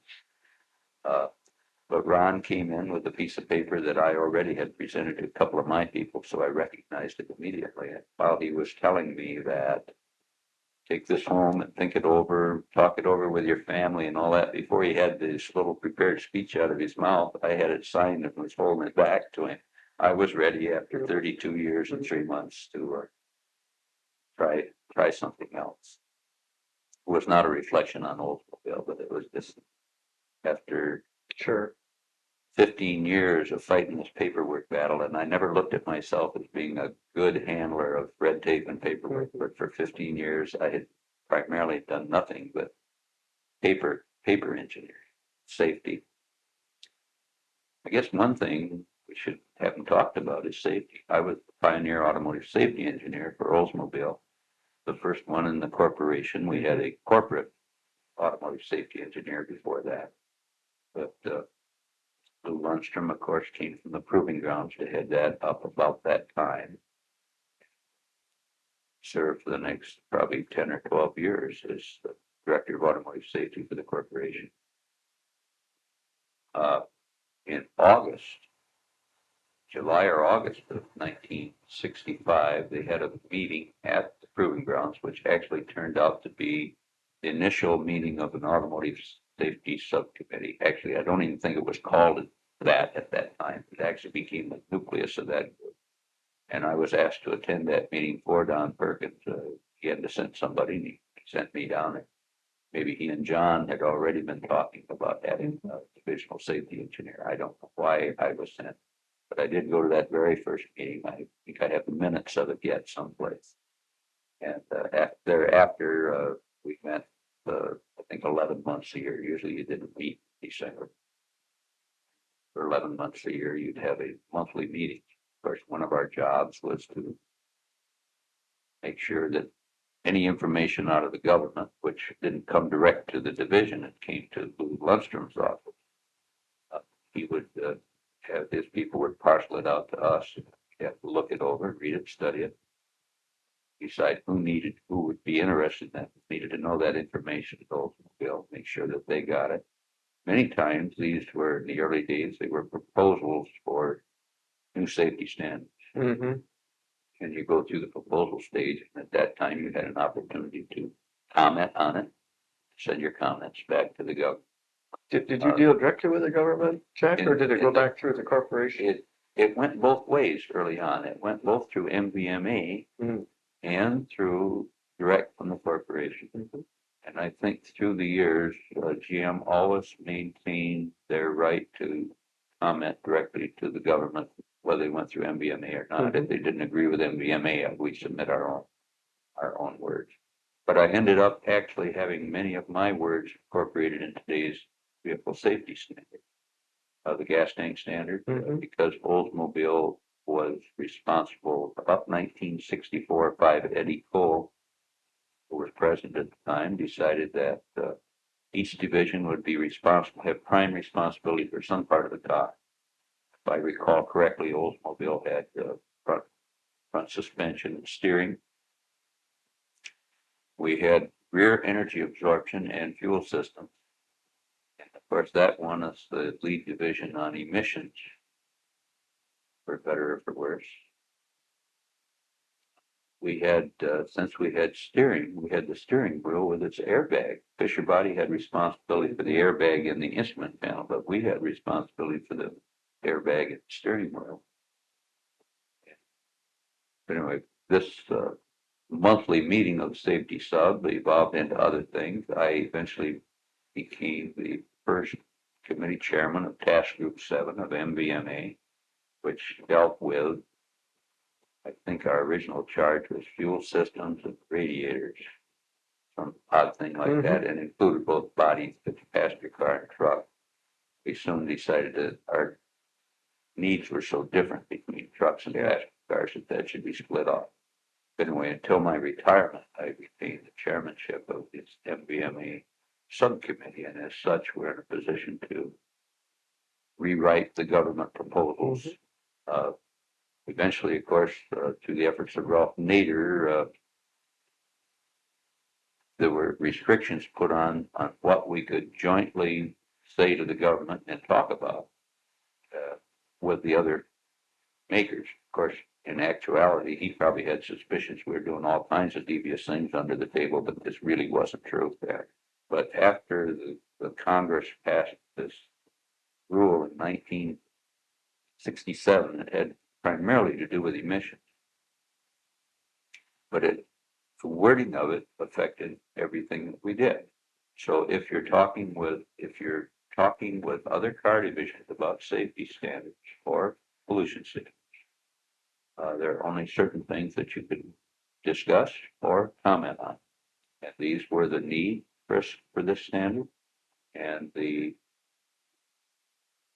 ability to do it. You know, can you run this kind of test? Is it sensible, and how should it be spelled out so that you could, the government subcontractor in trying to run a test to see if your cars complied, he would understand it and would be able to run it in an identical situation as you. And many times their words very, very ambiguous, could have been interpreted 20 different ways. And so we would take these words and work with them and send our comments back through MVMA, another committee hire actually, would be the ones that would put the final stamp on it. But it ended up words that I wrote at home in my easy chair are in many of the safety standards today. I recognize them when I review the safety standards, as neat may be. In the early days of all of that, there was a lot of, well, from an external point, it looked like resistance. It did look like resistance, and I'm sure it was resistance, but I think it was well-motivated resistance. I don't think anybody was saying to themselves, yeah, you really need this, but we just don't plain want to do it, so we don't want to do it. But it was like, you know, safety belts. Ford had safety belts as standard equipment. One of the early people in the early 60s, as I recall, and people were tucking them back in the slots, and they weren't using them or wearing them, and they were really throwing $3 to $4 a car away. And yet, if you got in an accident and got killed and didn't have one, then you could sue you because, hey, you didn't furnish me a safety belt, but they wouldn't have been wearing it if they had. Or, you know, we had them available as options. Eventually dropped them. Sales were so slow. And when the safety standards first started up, we made them available as options on all seating positions. Of course, we made them standard front seats as prior to the law coming in. But I think because we could see what was on the horizon. But I have no recollection of GM or any of the other people that I rubbed shoulders with at the MBMA saying that, you know, yeah, we need this clean air standard. Of course, I didn't work in that area, but we were working with other people. Because they really thought that they could not comply with some of these things. Actually, we advanced science quite far, you know, in complying with some of these unwieldy dates to comply. They were asked to do things we had no technology to do. Of course, the safety standards caused the demise of the convertible. Even though they were written, the safety standards there's the implementing language is very clear that the government cannot pass any standard that would outlaw any specific body style. So when they came through with the rollover standard, the roof strength standard, that did not outlaw convertibles, but I think it made some of our top executives very jumpy. And they decided to stop making convertibles. So this was almost over Jack Ridenour's dead body because I raised all kinds of hell at levels far above my own, saying, hey, you know, you don't need to do this. GM Legal's not saying that they aren't able to defend the vehicle. Foreigners are going to be sending convertibles in here, and we really should continue in this business. I think my position was right. We're now back in the business for 3-4 years. So being right doesn't make you popular lots of times. Anyway, we did get deeply involved in safety standards. One other thing that we did in fall of 1965 in this new job as automotive safety engineer was I had a pretty clean desk. You know, if you inherit a job somebody's been around for 20 years, you get a lot of paperwork, a lot of piled up things, and you've got instant activity. But when you're given a brand new job, you attend an engineering meeting on Monday, and once a month you go to automotive safety subcommittee, and you're getting a few things in the mail on safety, letters you've got to attend to and things of that sort, but you really weren't all out busy. You had time to sit back and reflect and think and decide what you're going to do. And as I say, we had the support of John Belts, who was a pretty good guy to work for. And he understood engineering problems. It was very visionary also. But sitting back and looking at it, I said, so, boy, you know, the rear situated under trunk gas tanks with that center rear fill, those have got to be bad. Just got to be bad. So actually, the worst possible engineering thing, I went up to try to gain data to prove the point rather than getting data and looking at it, letting it tell me what the answer was. But actually, in all reality, that happened eventually. But I was a member of the Lansing Fire Board. I knew the police people. I got with them and I said, hey, I would like to be notified as soon as possible about any rear end accident in which there's any fluid loss or in which there's gross deformation of the rear of the car. Car fires in general, I'd like to see, not just fuel tank fire. And so I became a siren chaser, night and day, and Carl Phelan, Dick Blake, and I. Dick Lake was the clerk in our department. He did a lot of work helping us with these investigations. If Carl was available, all three of us might go, like something we'd be interested in. But in short order, we discovered that, hey, if we could improve the joint between the filler neck and the gas tank just a little bit, not only would we have the best fuel system on the road, we'd have a very, very good thing. It really would be a good design. Harold Olds, who at one time had been general manager of the forge plant, he had a different title, as director of the forge plant. Harold Olds at this time was a senior project engineer, I believe, in the chassis group. And Harold was a really wonderful person. And he had responsibility for gas tanks. And I went to Harold and I said, hey, if we could do something to this filler so it didn't put as much load on that solder joint, the gas tank, anything we could do would be a heck of a help, and we would have a really good system. So Harold came up with the convolutions in the filler neck, and he came up with, originally we just had a plain extruded shape in the gas tank, and the filler neck went into it and had very little surface for solder. So Harold came up with this great idea. It was so simple. Put sort of a chamfered edge on that damping of the upper half of the gas tank. Put sort of a chamfered edge on it, and then the straight end return, so that you enlarged our solder joint area by many times. Also made and instead of just fracturing solder, you actually have to push solder either along the filler neck or into the bodily into the tank, because you have this little chamfered area full of solder also. And we had that all worked out, and it was going to be just great. Harold developed a test with some kind of a big weight down in the experimental laboratory, and he'd swing this weight at a tank that was folded down, hit the filler neck, and he could prove that this joint was many, many times better than the previous design.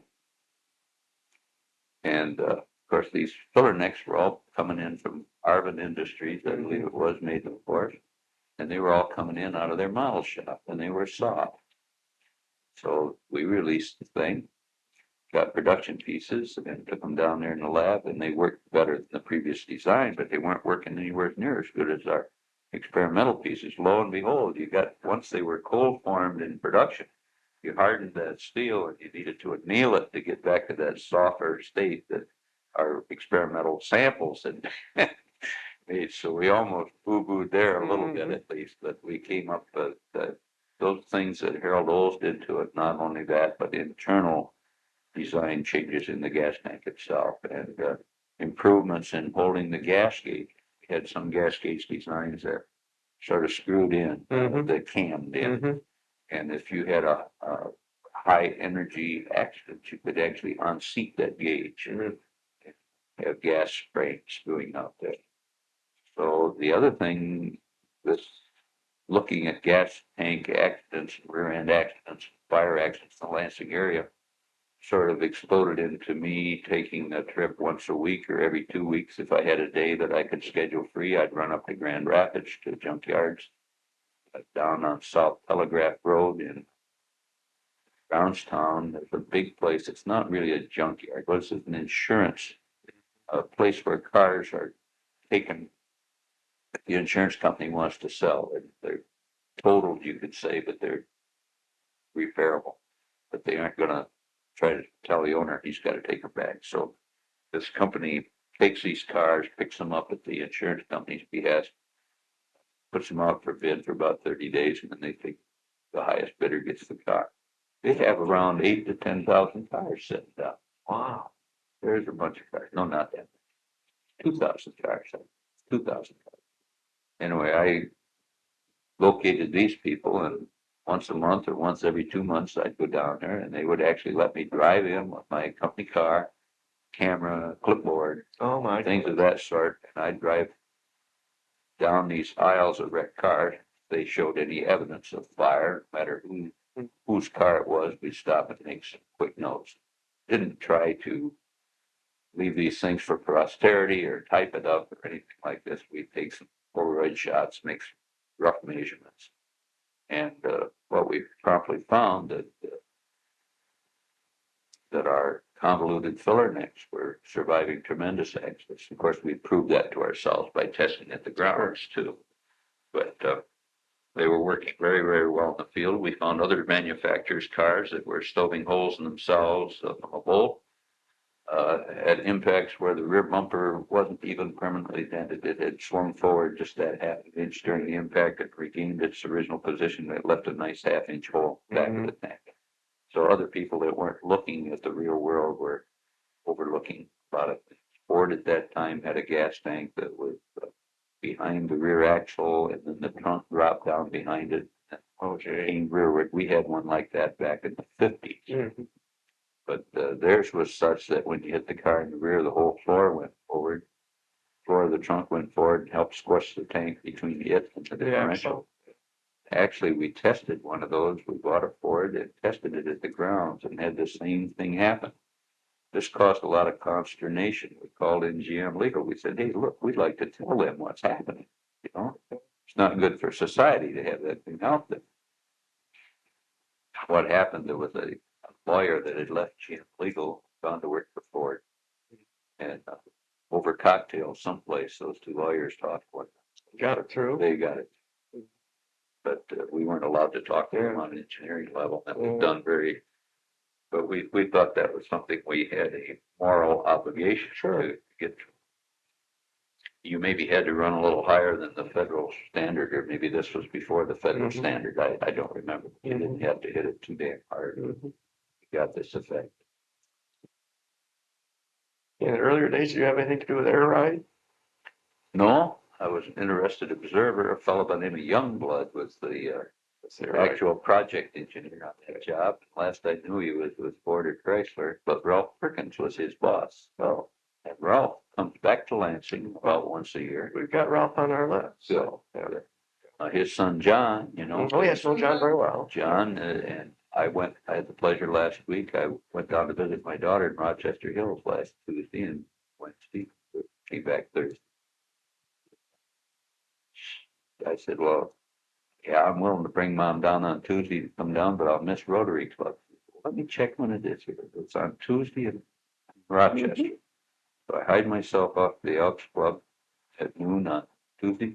Guess who the speaker was? John Perkins. I bet he was pleased to see you. And Dave Milne, who I knew from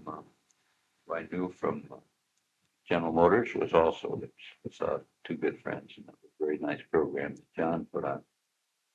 Dave Milne and I knew from something called the GM Serviceability Committee. Now, this was a special committee headed by McEwen. Remember Marshall McEwen that was at Oldsmobile years ago? He had a brother, I can't put my finger on his first name, but he was pretty well up in engineering staff, and he was the chairman of the Serviceability Committee. Don Perkins was supposed to make these meetings. He was assigned as Oldsmobile's representative, but in later years, he didn't really seem to enjoy that too much, or he had other jobs to do. I don't know, but many times, I would say 3 out of 4 meetings I was asked to attend. One thing I was able to contribute was they found that there was a new way of stealing cars developed that was really going from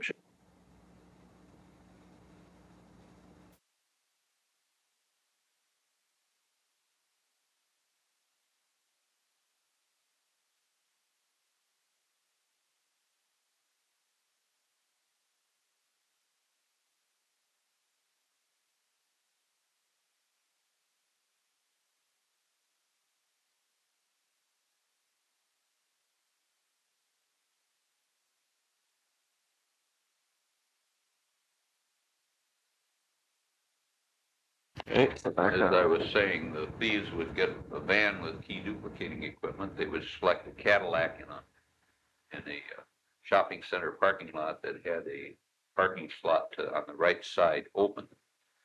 And they would get out of the car,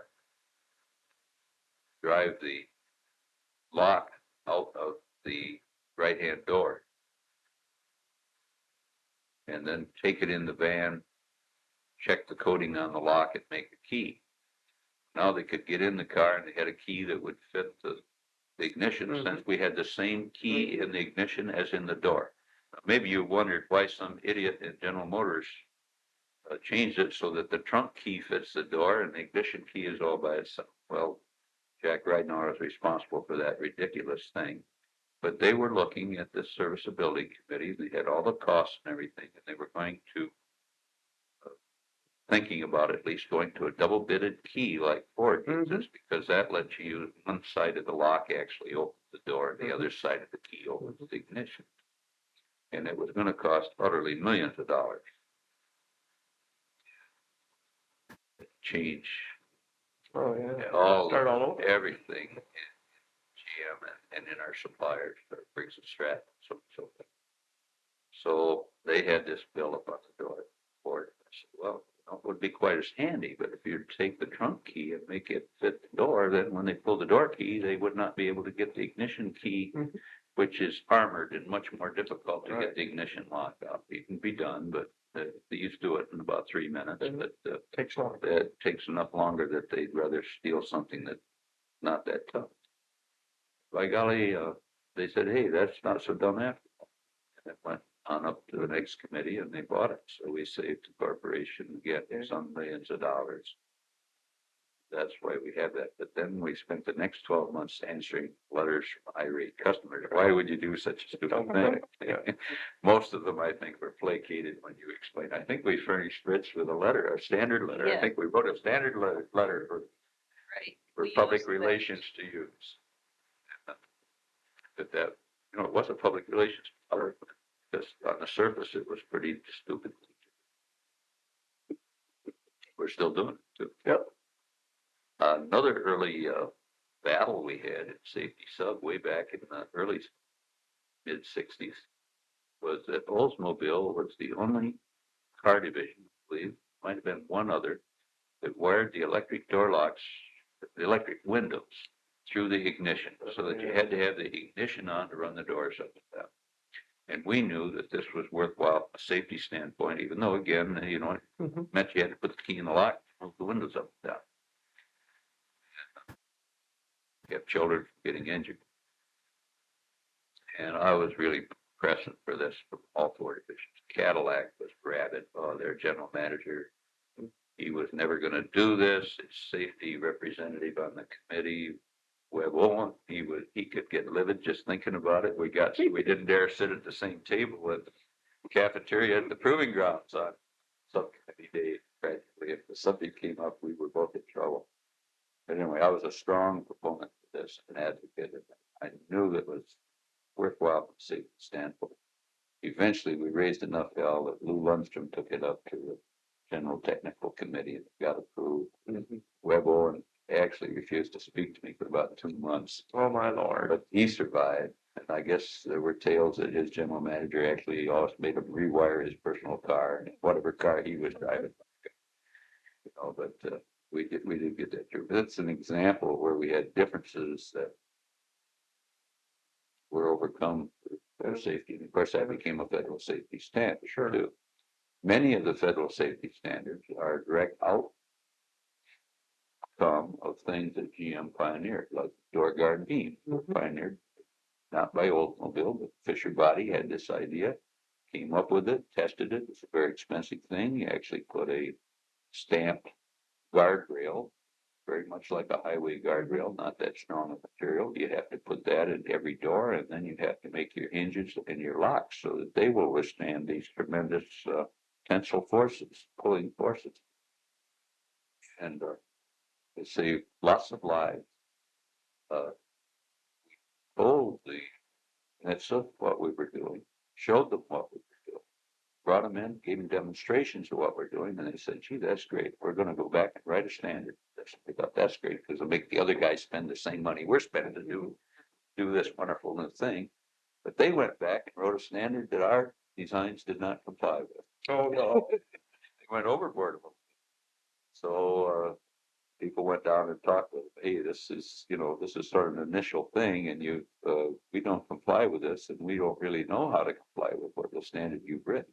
And eventually got the thing down to where we had to make some changes even then. But they took our idea and wet one better, they made us sweat a little bit.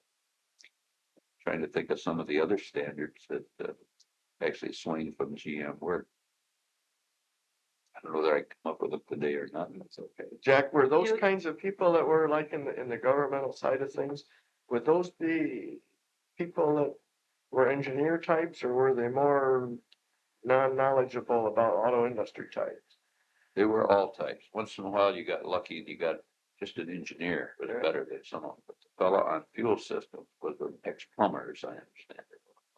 And he had some really wild ideas. They came through with when you hit the car rear at 30 miles an hour, should not lose any fuel, not even during the moment of impact, not even one drop. And then they came through that after you hit the car, you got to roll it over, hold it for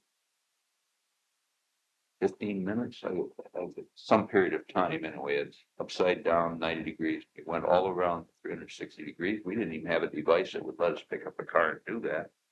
And we knew darn well we had a ventful carburetor that, there's no way we aren't going to lose one drop of fuel. And so we had lots of discussions. Eventually came down with shall not lose more than 1 ounce of fuel during the impact and not more than 1 ounce of fuel per minute after the impact. Now, this was real tough to get them to do that. And so I decided we needed some kind of live type demonstration to prove that fuel loss at this kind of 1 ounce per minute was not a great hazard. It's a hazard. It's not a great hazard. And so what we did, I got a film crew down at the proving grounds, GM photographic people stationed at the proving ground. And we went up, we got a car, and we had arcing spark plug under the engine. I think I had 6 of them, with sputtering their little sparks. And then we developed a 1 ounce per minute leak at the carburetor, let it drip down the engine and onto the ground. And we had these things down at any place that there could be a spark, light, or electrical thing. And even in some areas that there wasn't any really place where we thought you could get spark, we had them around the hot manifolds, etc. Even though we knew darn well that hot manifolds don't start gasoline fires. They'll start oil fires, they won't start gas fires. I proved that a few times to the government. They didn't know that either. And then we did this for 6 or 10 minutes, In fact, as we started out with an initial spill of fuel on the ground, and then we developed this 1 ounce per minute leak, and we had all these arcing things covered. We had all kinds of TV coverage and movie cameras or something, had all kinds of visual coverage. And eventually we took that film to Washington and showed it to Dr. Hadd. Yeah, I think that was the final nail on that one that got us a little bit. But we were not because we didn't think you could meet 1 ounce per minute without the rollover. With the rollover with the carburetor, we didn't know how to do that. And of course, our gas tank vents would lose fuel. So this was one of the really good aspects. I had been seeking and looking forward to gaining control of fuel when the car was on its side or on its back, because we saw examples of people getting in this kind of situation. Come on, eventually something might ignite it.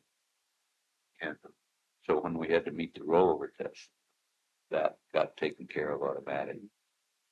Didn't anymore have problems.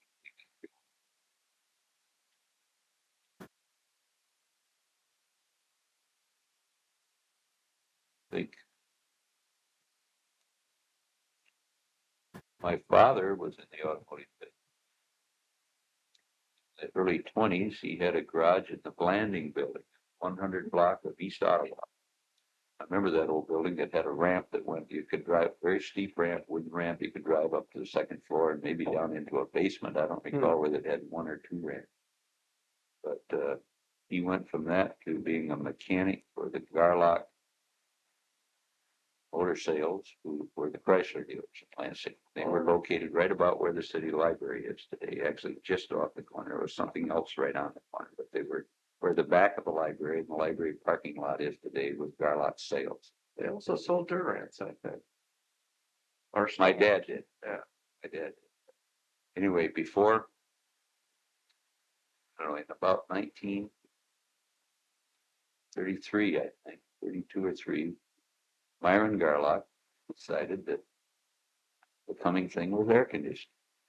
He was going to want to get rid of the dealership, go into air conditioning. Garlock sales or something, I think he called that. He had a son who has been an international harvester dealer out of Grand Ledge. You know, he wanted my dad to go with him. Dad was service. I'll stay in there over. So my dad ended up taking over the dealership. Don't think he had Chrysler Plymouth, though. He had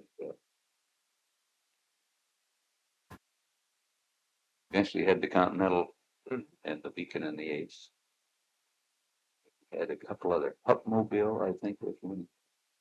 And then about 1933 or 4, he and a gentleman by the name of Abel from Mason, can't come up with Mr. Abel's first name, but they formed their own corporation called Abel Motor Sales, and they did have Chrysler. They got Chrysler back. My first car I ever drove was Chrysler Imperial Airflow, 1934 Chrysler Imperial Airflow. And I was 12 years old. We started driving in those days. And by the time I was 14, I was ferrying cars back from Detroit, Chrysler Detroit Sales Corporation, to my dad. That was also a nice lark. Many times you get off from school, you go down and you get paid $10 or something for this.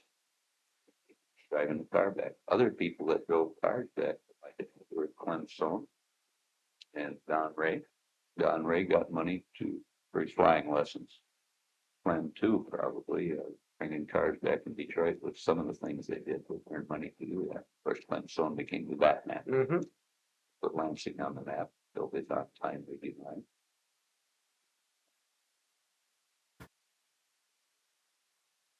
Was our Art Davis, of course, the pioneer aviation man in this area. Davis Airport is evidence of that today, but he was one of the early buyers of the Chrysler Airflow. He had a 34 Chrysler Airflow. He was a daredevil, a stuntman, everything, and he drove like he flew. And I can remember multiple nights. Oh, the next year, or maybe even that year, his wife liked that car so well that she had Art get one for her. So they both had Chrysler Airflow. And the first year they came out with kind of a V grill on 34 Chrysler Airflow, had a very flat, bulky looking design. They came out with this V grill. My dad promptly called up Art, come on in, see the new model. I think it was a 36. Want to get you in one of these. They're a lot better looking car, and we got all these technical improvements. Art came in and said, well, I'll tell you, Floyd, I like one I got so well, I'd rather you just put the 36 front end on this one. By God, they did it. Probably cost him as much as getting a new car, but he would not trade it in. But he and his wife, they had all kinds of accidents. I remember my dad going to the other side of Portland, going down and getting the wrecker out of the dealership and going up there and hauling him home. You know, I would call him 2 or 3 o'clock in the morning, hauled his wife out of icy ditches many a winter night. They had a lot of problems getting off the road with their cars. They sure liked their airport. In 1937, Chrysler Detroit called all the dealers and said, hey, got a bunch of parts down here for you and some limousine. Come on down, get them, bring a check. That's the way automobile dealers treated their dealers. So I think there was $10,000 worth of parts, 2 limousines.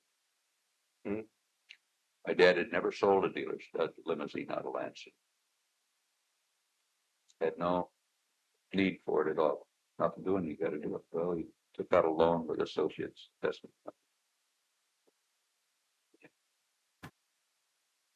Company. REO came in looking at his Chrysler Limited. Wanted to talk with my dad. Dad ushered him into the office. Well, I like that car out there. Dad said, it's fine. Just love to sell it to you. Give him a good price on it. Oh, no, I won't pay that much. He wanted to buy it for $1,000 or $2,000 less than Dad's actual cost. RE got in. I'll go down with that car before I'll sell you one for that. I'll lose it. 1938, he did lose the dealership. He was one of the few dealers in town that would the dealership was worth more than what, I think he owed $10,000 yet Mm. to associates. Couldn't pay it. Mm. So anyway, my heritage goes back to automotive. Mhm. Although, That's interesting, John. before that, he was an early motorman, famous and urban between St. John's and Jackson. Mhm. And he told tales of Frank Bodine, who worked in experimental Mhm. engineering, and his son worked in Olds. And Vern Yallop, who was the major domo in Sure. experimental for years and years and years. Yallop was a motorman on the N-Urban. My dad always liked to tell the story about there was this terrible curve between Lansing and Jackson. The fact is, I almost got caught up on it on an automobile one night coming back to Jackson. But that N-Urban followed this curve. When the boys used to go to Jackson and get a beer and whatever, and they hurried down there so they could spend more time playing in Jackson, and they had to hurry back to gain time. Anyway, Vern Yallop was motorman on this N-Urban car. He jumped it right off the track and about 75 feet into cornfield. Oh, my goodness. And Dad was going by the superintendent's office the next morning, and Vern was saying, "Yeah, but we were only doing 30 miles an hour." Oh, another famous incident. When I first came to Olds, worked in experimental, my office was, Vern Yallop had one big office in the old engineering garage. John Belts and I had two little desks in one corner of that thing. There might have been another engineer too. Art Sherwood was one of the clerks, and Harry Canfield was the foreman over the mechanics under Yallop. And anyway, John and I shared those desks down there, and they just had for a few months these new gadgets on the door where you pull the rope and the door would open. Oh, yeah. And you went out and you stopped and you pulled another. Maybe they'd had them longer than that. I don't know.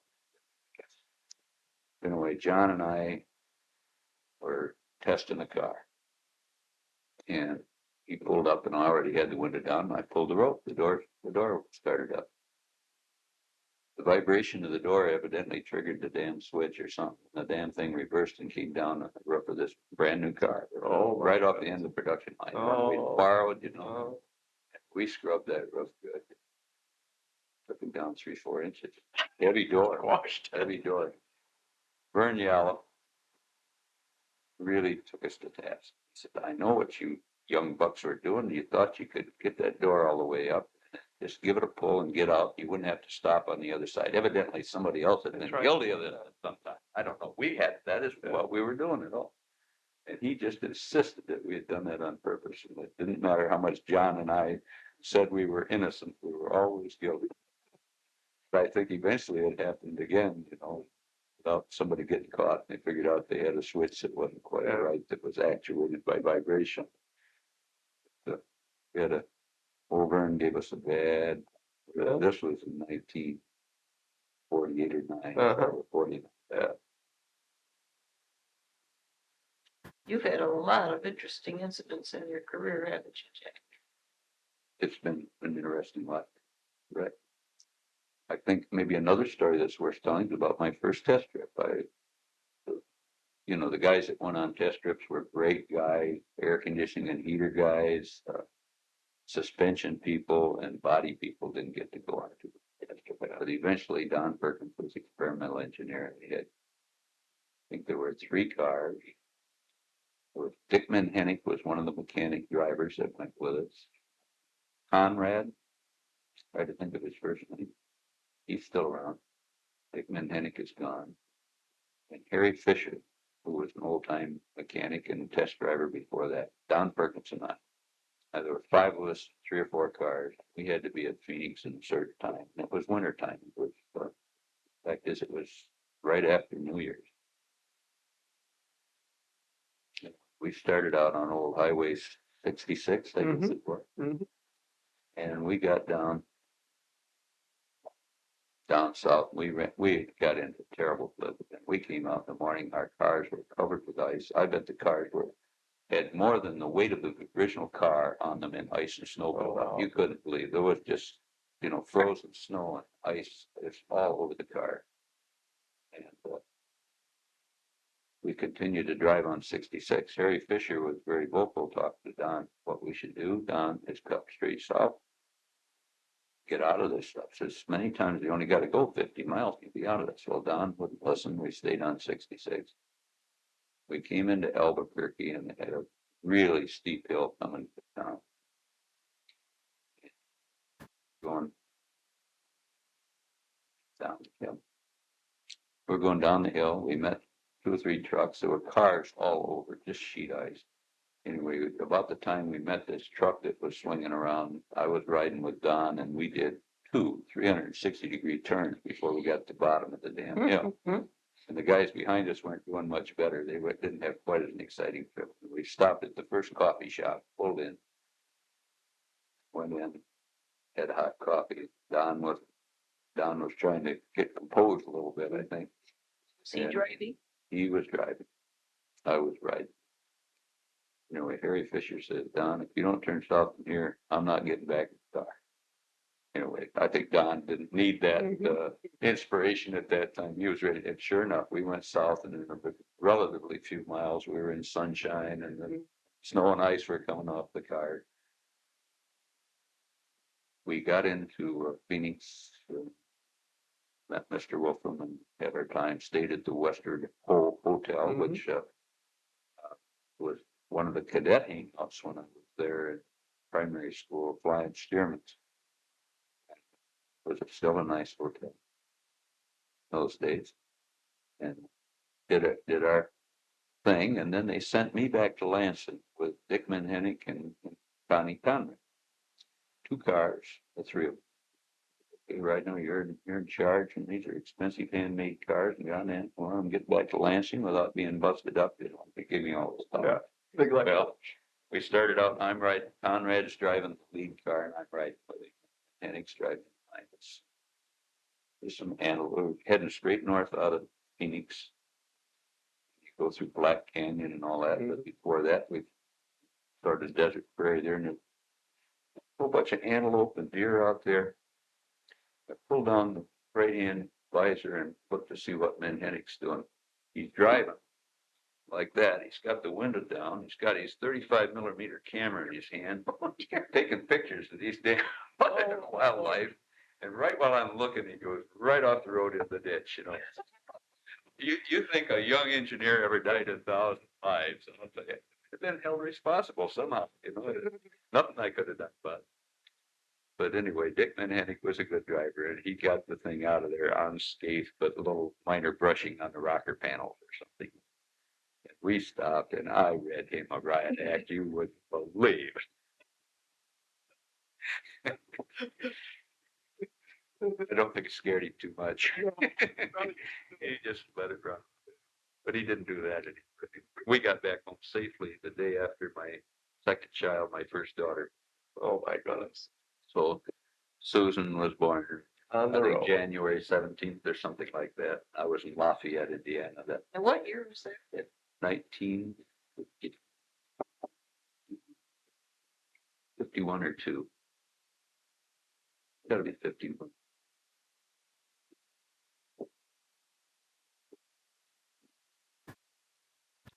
Nineteen 50 or 51. If you really need to know, I'll check what year my daughter was born. Yeah, right. It's close enough. Good.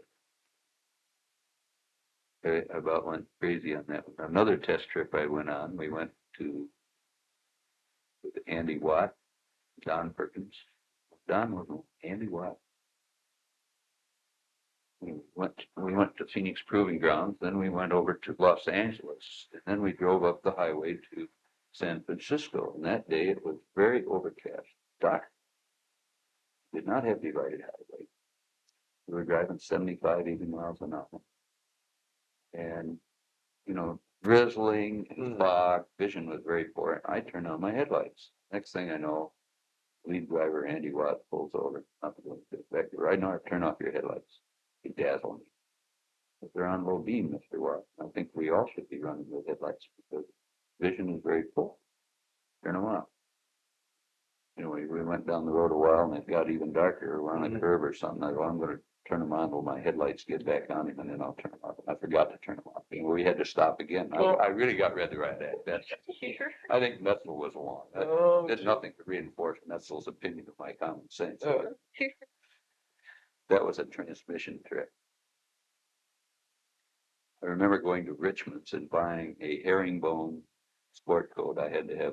Figured I had to have some new guts to go on this thing, and I didn't have a lot of money. So I went into Richmond's and bought this herringbone sport coat. We got into, maybe that was for the other test trip. It was. When we got into Westward Ho, we were all, so they will meet down here at the bar before we go up the subway. I went down, met up in Messel's room, I guess is where we went. Here was a Mr. Herndon, who was chief engineer of hydromatic transmission. I walked in, he and I had on identical coats. Identical. He never wore that coat again all the time. He had on a $30 sport coat. surprise. I never thought that affected men. I thought it was only women. Didn't bother me that much till I realized he wasn't wearing his anymore. And I realized he was, but he was, Well, he had two anyway, coats. we took a run from Phoenix up to the dam. What is it? Roosevelt Dam? It's not far up. Hoover. No, not the, not Oh, you that didn't go one. up on that. There's another dam. We went to Hoover Dam. Yeah. On one test trip, but, there's another dam closer to Phoenix. It's probably 50 miles or something. I'd say south and east of Phoenix, I think. Anyway, Metzel and Kinney were in the party. They're both, Kinney was a real hot rod driver. I mean, that guy could really drive, you know. There are 5 or 6 cars on this powder dust road. Oh, no. I mean, you know how Phoenix, Oh. Arizona dust can be dry, hadn't rained in a month. And each car got worse. I'm the 5th or 6th car back. Of course, that's tough to keep up anyway, because you're subject to any delay of anybody ahead of you is multiplied by the number of cars in the group. I got behind pretty good there. I was driving hard. I was driving harder than they were trying to keep up, probably. But drove like a son of a gun. I didn't think I'd ever catch those guys. You could see a cloud of dust, but man, I got way behind. Kitty goes on the phone saying, "Keep up, Ridenour, keep up." You know, We had having radio. fun. Lovely. Oh yeah, we had Radio. laughing like heck. You know, Kenny was great to have fun with. I knew he was pulling my leg, but it annoyed me anyway. But I was really going all out trying to stay up. We finally got to this damn dam. They'd been there for 3 minutes and they got out and stretched their legs, and I'm out there enjoying the view. Next thing I know, everybody's in their cars and driving away. Nobody said one damn word about, hey, we're gonna leave, you know. Oh. Here I think this is a trick they pulled on all the young engineers out there. I don't know, but man, here I was, and they were stealthily gotten in their cars, all closed their doors at one time, and off they went. You know, you didn't have click, click, click. You had one man and clicks. See, like, I looked around, and there they are, taking off again. Bad bunch. I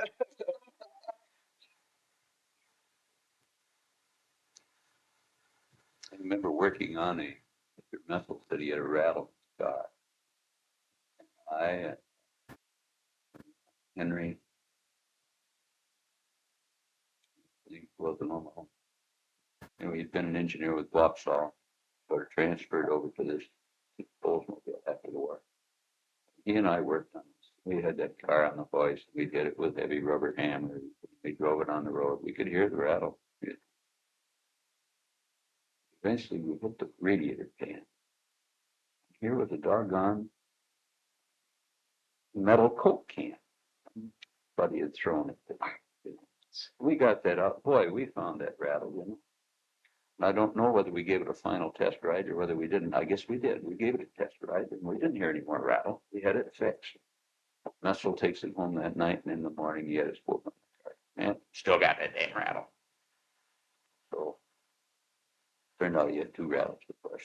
And the one that he got, we had to ask him. We worked all that day trying to repeat the rattle. We couldn't get it to rattle. Squeak or whatever it was. I guess it was a rattle. Finally, we had to ask him at what speed, where he got it. We went up, he lived out on Park Lake Road, came in on Lake Lansing Road just like he did. We eventually got it. I've forgotten what that problem was, but there was another rattle, but it didn't show up very damn often. Uh-huh. It was Tough. Another thing we followed back in the body, had the development engineer, the body, windshield wipers, windshield washers. Someplace back in early '60s, came up with these, I guess we'll call it a tandem wiper pattern. Actually, it's the pattern we have today, Mhm. where instead of going like Yeah. this, they go like this, and you get a much bigger wiping pattern. Or maybe we developed it experimentally. I can't remember whether we actually had it in production. But it was certainly a superior wiper pad. I was really proud of it. I thought that was great. Styling didn't like it. It wasn't symmetrical. A pretty silly damn reason for affecting your parties. And we had, whether John Belts supported it or not, we didn't get it. You know, John would kind of say, hey, I bought for it, lost. He didn't tell me. All I knew was we aren't going to have it. Lost that pattern. Well, the next thing you know, the federal safety standard comes out and they are requiring a certain percentage of the area in front of the driver to be wiped, and the only way you could do it was with that tandem wipe. So we got our pet wiper pattern back eventually.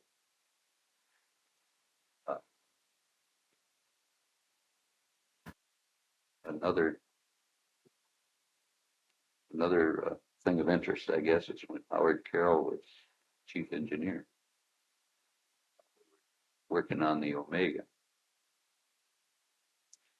Omega wasn't out yet. That car had we had guidelines that if the seat was so wide or you had so much hip room, you had to have three seat belts. Anyway, Bob Eaton had designed this Omega and the X cars, all the X cars, such that they thought that they were right in furnishing only two front seat belts. It's just put a little puff in the upholstery there that was supposed to tell you that I think actually Mr. Eaton wanted to pay for two seat belts and have seating for three. But anyway, they had a little puff there that was supposed to be where no one was to sit. You know, I put on a hell of a campaign. Eaton was in charge of the X-Car. He was project manager for the X-Car. And I put on one hell of a campaign down there, and I had GM legal representatives come in to listen to poor little Ridenour from Oldsmobile putting on this pitch to all these wheels. And they had about 20 guys there, and every one of them wanted to go the way they were going. So anyway, I got no place for that. But about 3 days later, there comes a phone inquiry from, it was a lady at that time was head of NHTSA. And she wants to know what GM's requirements are for putting seatbelts in the front seat. The timing and everything was such that, you know, Ridenour must have phoned her. Oh my God, you know, the last thing in the world I would have done. Strong advocate of my position, but I'm not about to do something like that. I'm working for the people. And anyway, I'm sure Howard Carroll just knew that Dan Ridenour had done this. I got put on the carpet. This is what defense you have, right? And then eventually, GM's safety guy in Washington was asked to check and find out what caused this one. The lady head of NHTSA had gone to lunch with some of the men in their office. There was somebody that had called on her, and they had a small Chrysler car there. And three of them sat in the front seat, but there were only two seat belts. And that was another reason Eaton wanted to do it. Other people were doing it. So then she said, hey, this isn't so good. There's six of us in this compact car, down medium-sized car. There's only 5 seat belts. And what criteria do people go by? You know, GM had to tell them for every 16 inches of, you know, you're supposed to have a seat belt. We had more than 48 inches, and that Omega that we hadn't brought up yet, it went that way. But we made some changes in the seat. Eventually, we put a console in there, so you really couldn't sit there. But that was all to save the price of a seatbelt. They'd been better off to. Put the seatbelt. That's the way it looked to me anyway, you know. Yeah. But actually, other things were involved. They were designing the car for a certain weight class. And if you put 6 people in it, you're out of the weight class. Well, your emissions tests and everything had been done with 5 passengers. Yeah. Everything was pointed toward it. So if you all of a sudden you say, hey, you got to put a seatbelt and there's 6 person in here, A you're lot of consideration. yeah. Bob Eden wasn't long at Olds, was he? No, he went on to bigger and better things. Right along. That was before he was at Olds. So I was not welcomed warmly by Mr. Eaton when he showed up. He remembered me well. He did. Well, didn't this, And GM Legal subsequently said, damn it, we wish we listened to Ridenour that day. wasn't it explained later that the, traffic safety lady's fall was due to her I ride think in the eventually, yeah, but he still But- remembered But it was me too trying to late. overturn his pet deal. You can get in trouble when you're innocent, though. Mhm. Don't make waves. I'm afraid I was a wave maker. But you accomplished a lot of good things. Jack, you probably had some, suggestions that became patented later. I have, I think, 7 or 8 or 9 patents. My very first one, I never forgot that when I was working out of that little office in Yellow's Mhm. garage, we had problems with the hot wire from the battery, the positive cable would get caught between the frame and the starter or some darn thing, and it would abrade and short out, of course, create a fire. That was for the 4988. Mhm. They put me on that. What can you do about it? Well, I came up with the idea of a formed fiber gasket, Spalding fiber, Mhm. a little washer kind of thing that was rounded on the inside, maybe 1/4 inch wide, and it was a 1/4 inch, an 1/8 inch radius on it, so it was round and smooth. And it had a groove in its outer diameter, and then we came up with a sheet metal bracket. It's like a grommet. Yeah, it was like a ground. And it had a sheet metal bracket with little fingers where you could force this grommet into it. That meant we could receive the cable from the manufacturer with this fiber grommet on it. If we wanted to assemble the car, we could just push it into this metal bracket, and that would hold the cable out of the way. We actually got a patent on that thing. And, no, we didn't get a patent on that. I'm sorry, that was merely one of my early successful ideas. And that was used for years and years and years and years on the line. I bet you we had that for 15 years. I remember those things. Yeah. And they drop out, and a couple of years later, you see it on another car. The need. My first patent was actually Nestle. Wolfram really had a pet peeve, and it was when you adjusted the rear view mirror. This is the days when you had the clevis type rear view mirror adjustment. You had the screw go through, and there would always be some point on that. I guess it's a clevis, on that clevis that would be tighter than the actual center of the screw, of course. Whether it would be towards the slot on the mirror arm, or whether it would be, you couldn't predict where it was going to be. But when you raised the mirror to adjust it and took your hand off it, then it would drop down, pivoting around this other center that it made for itself due to clamping forces.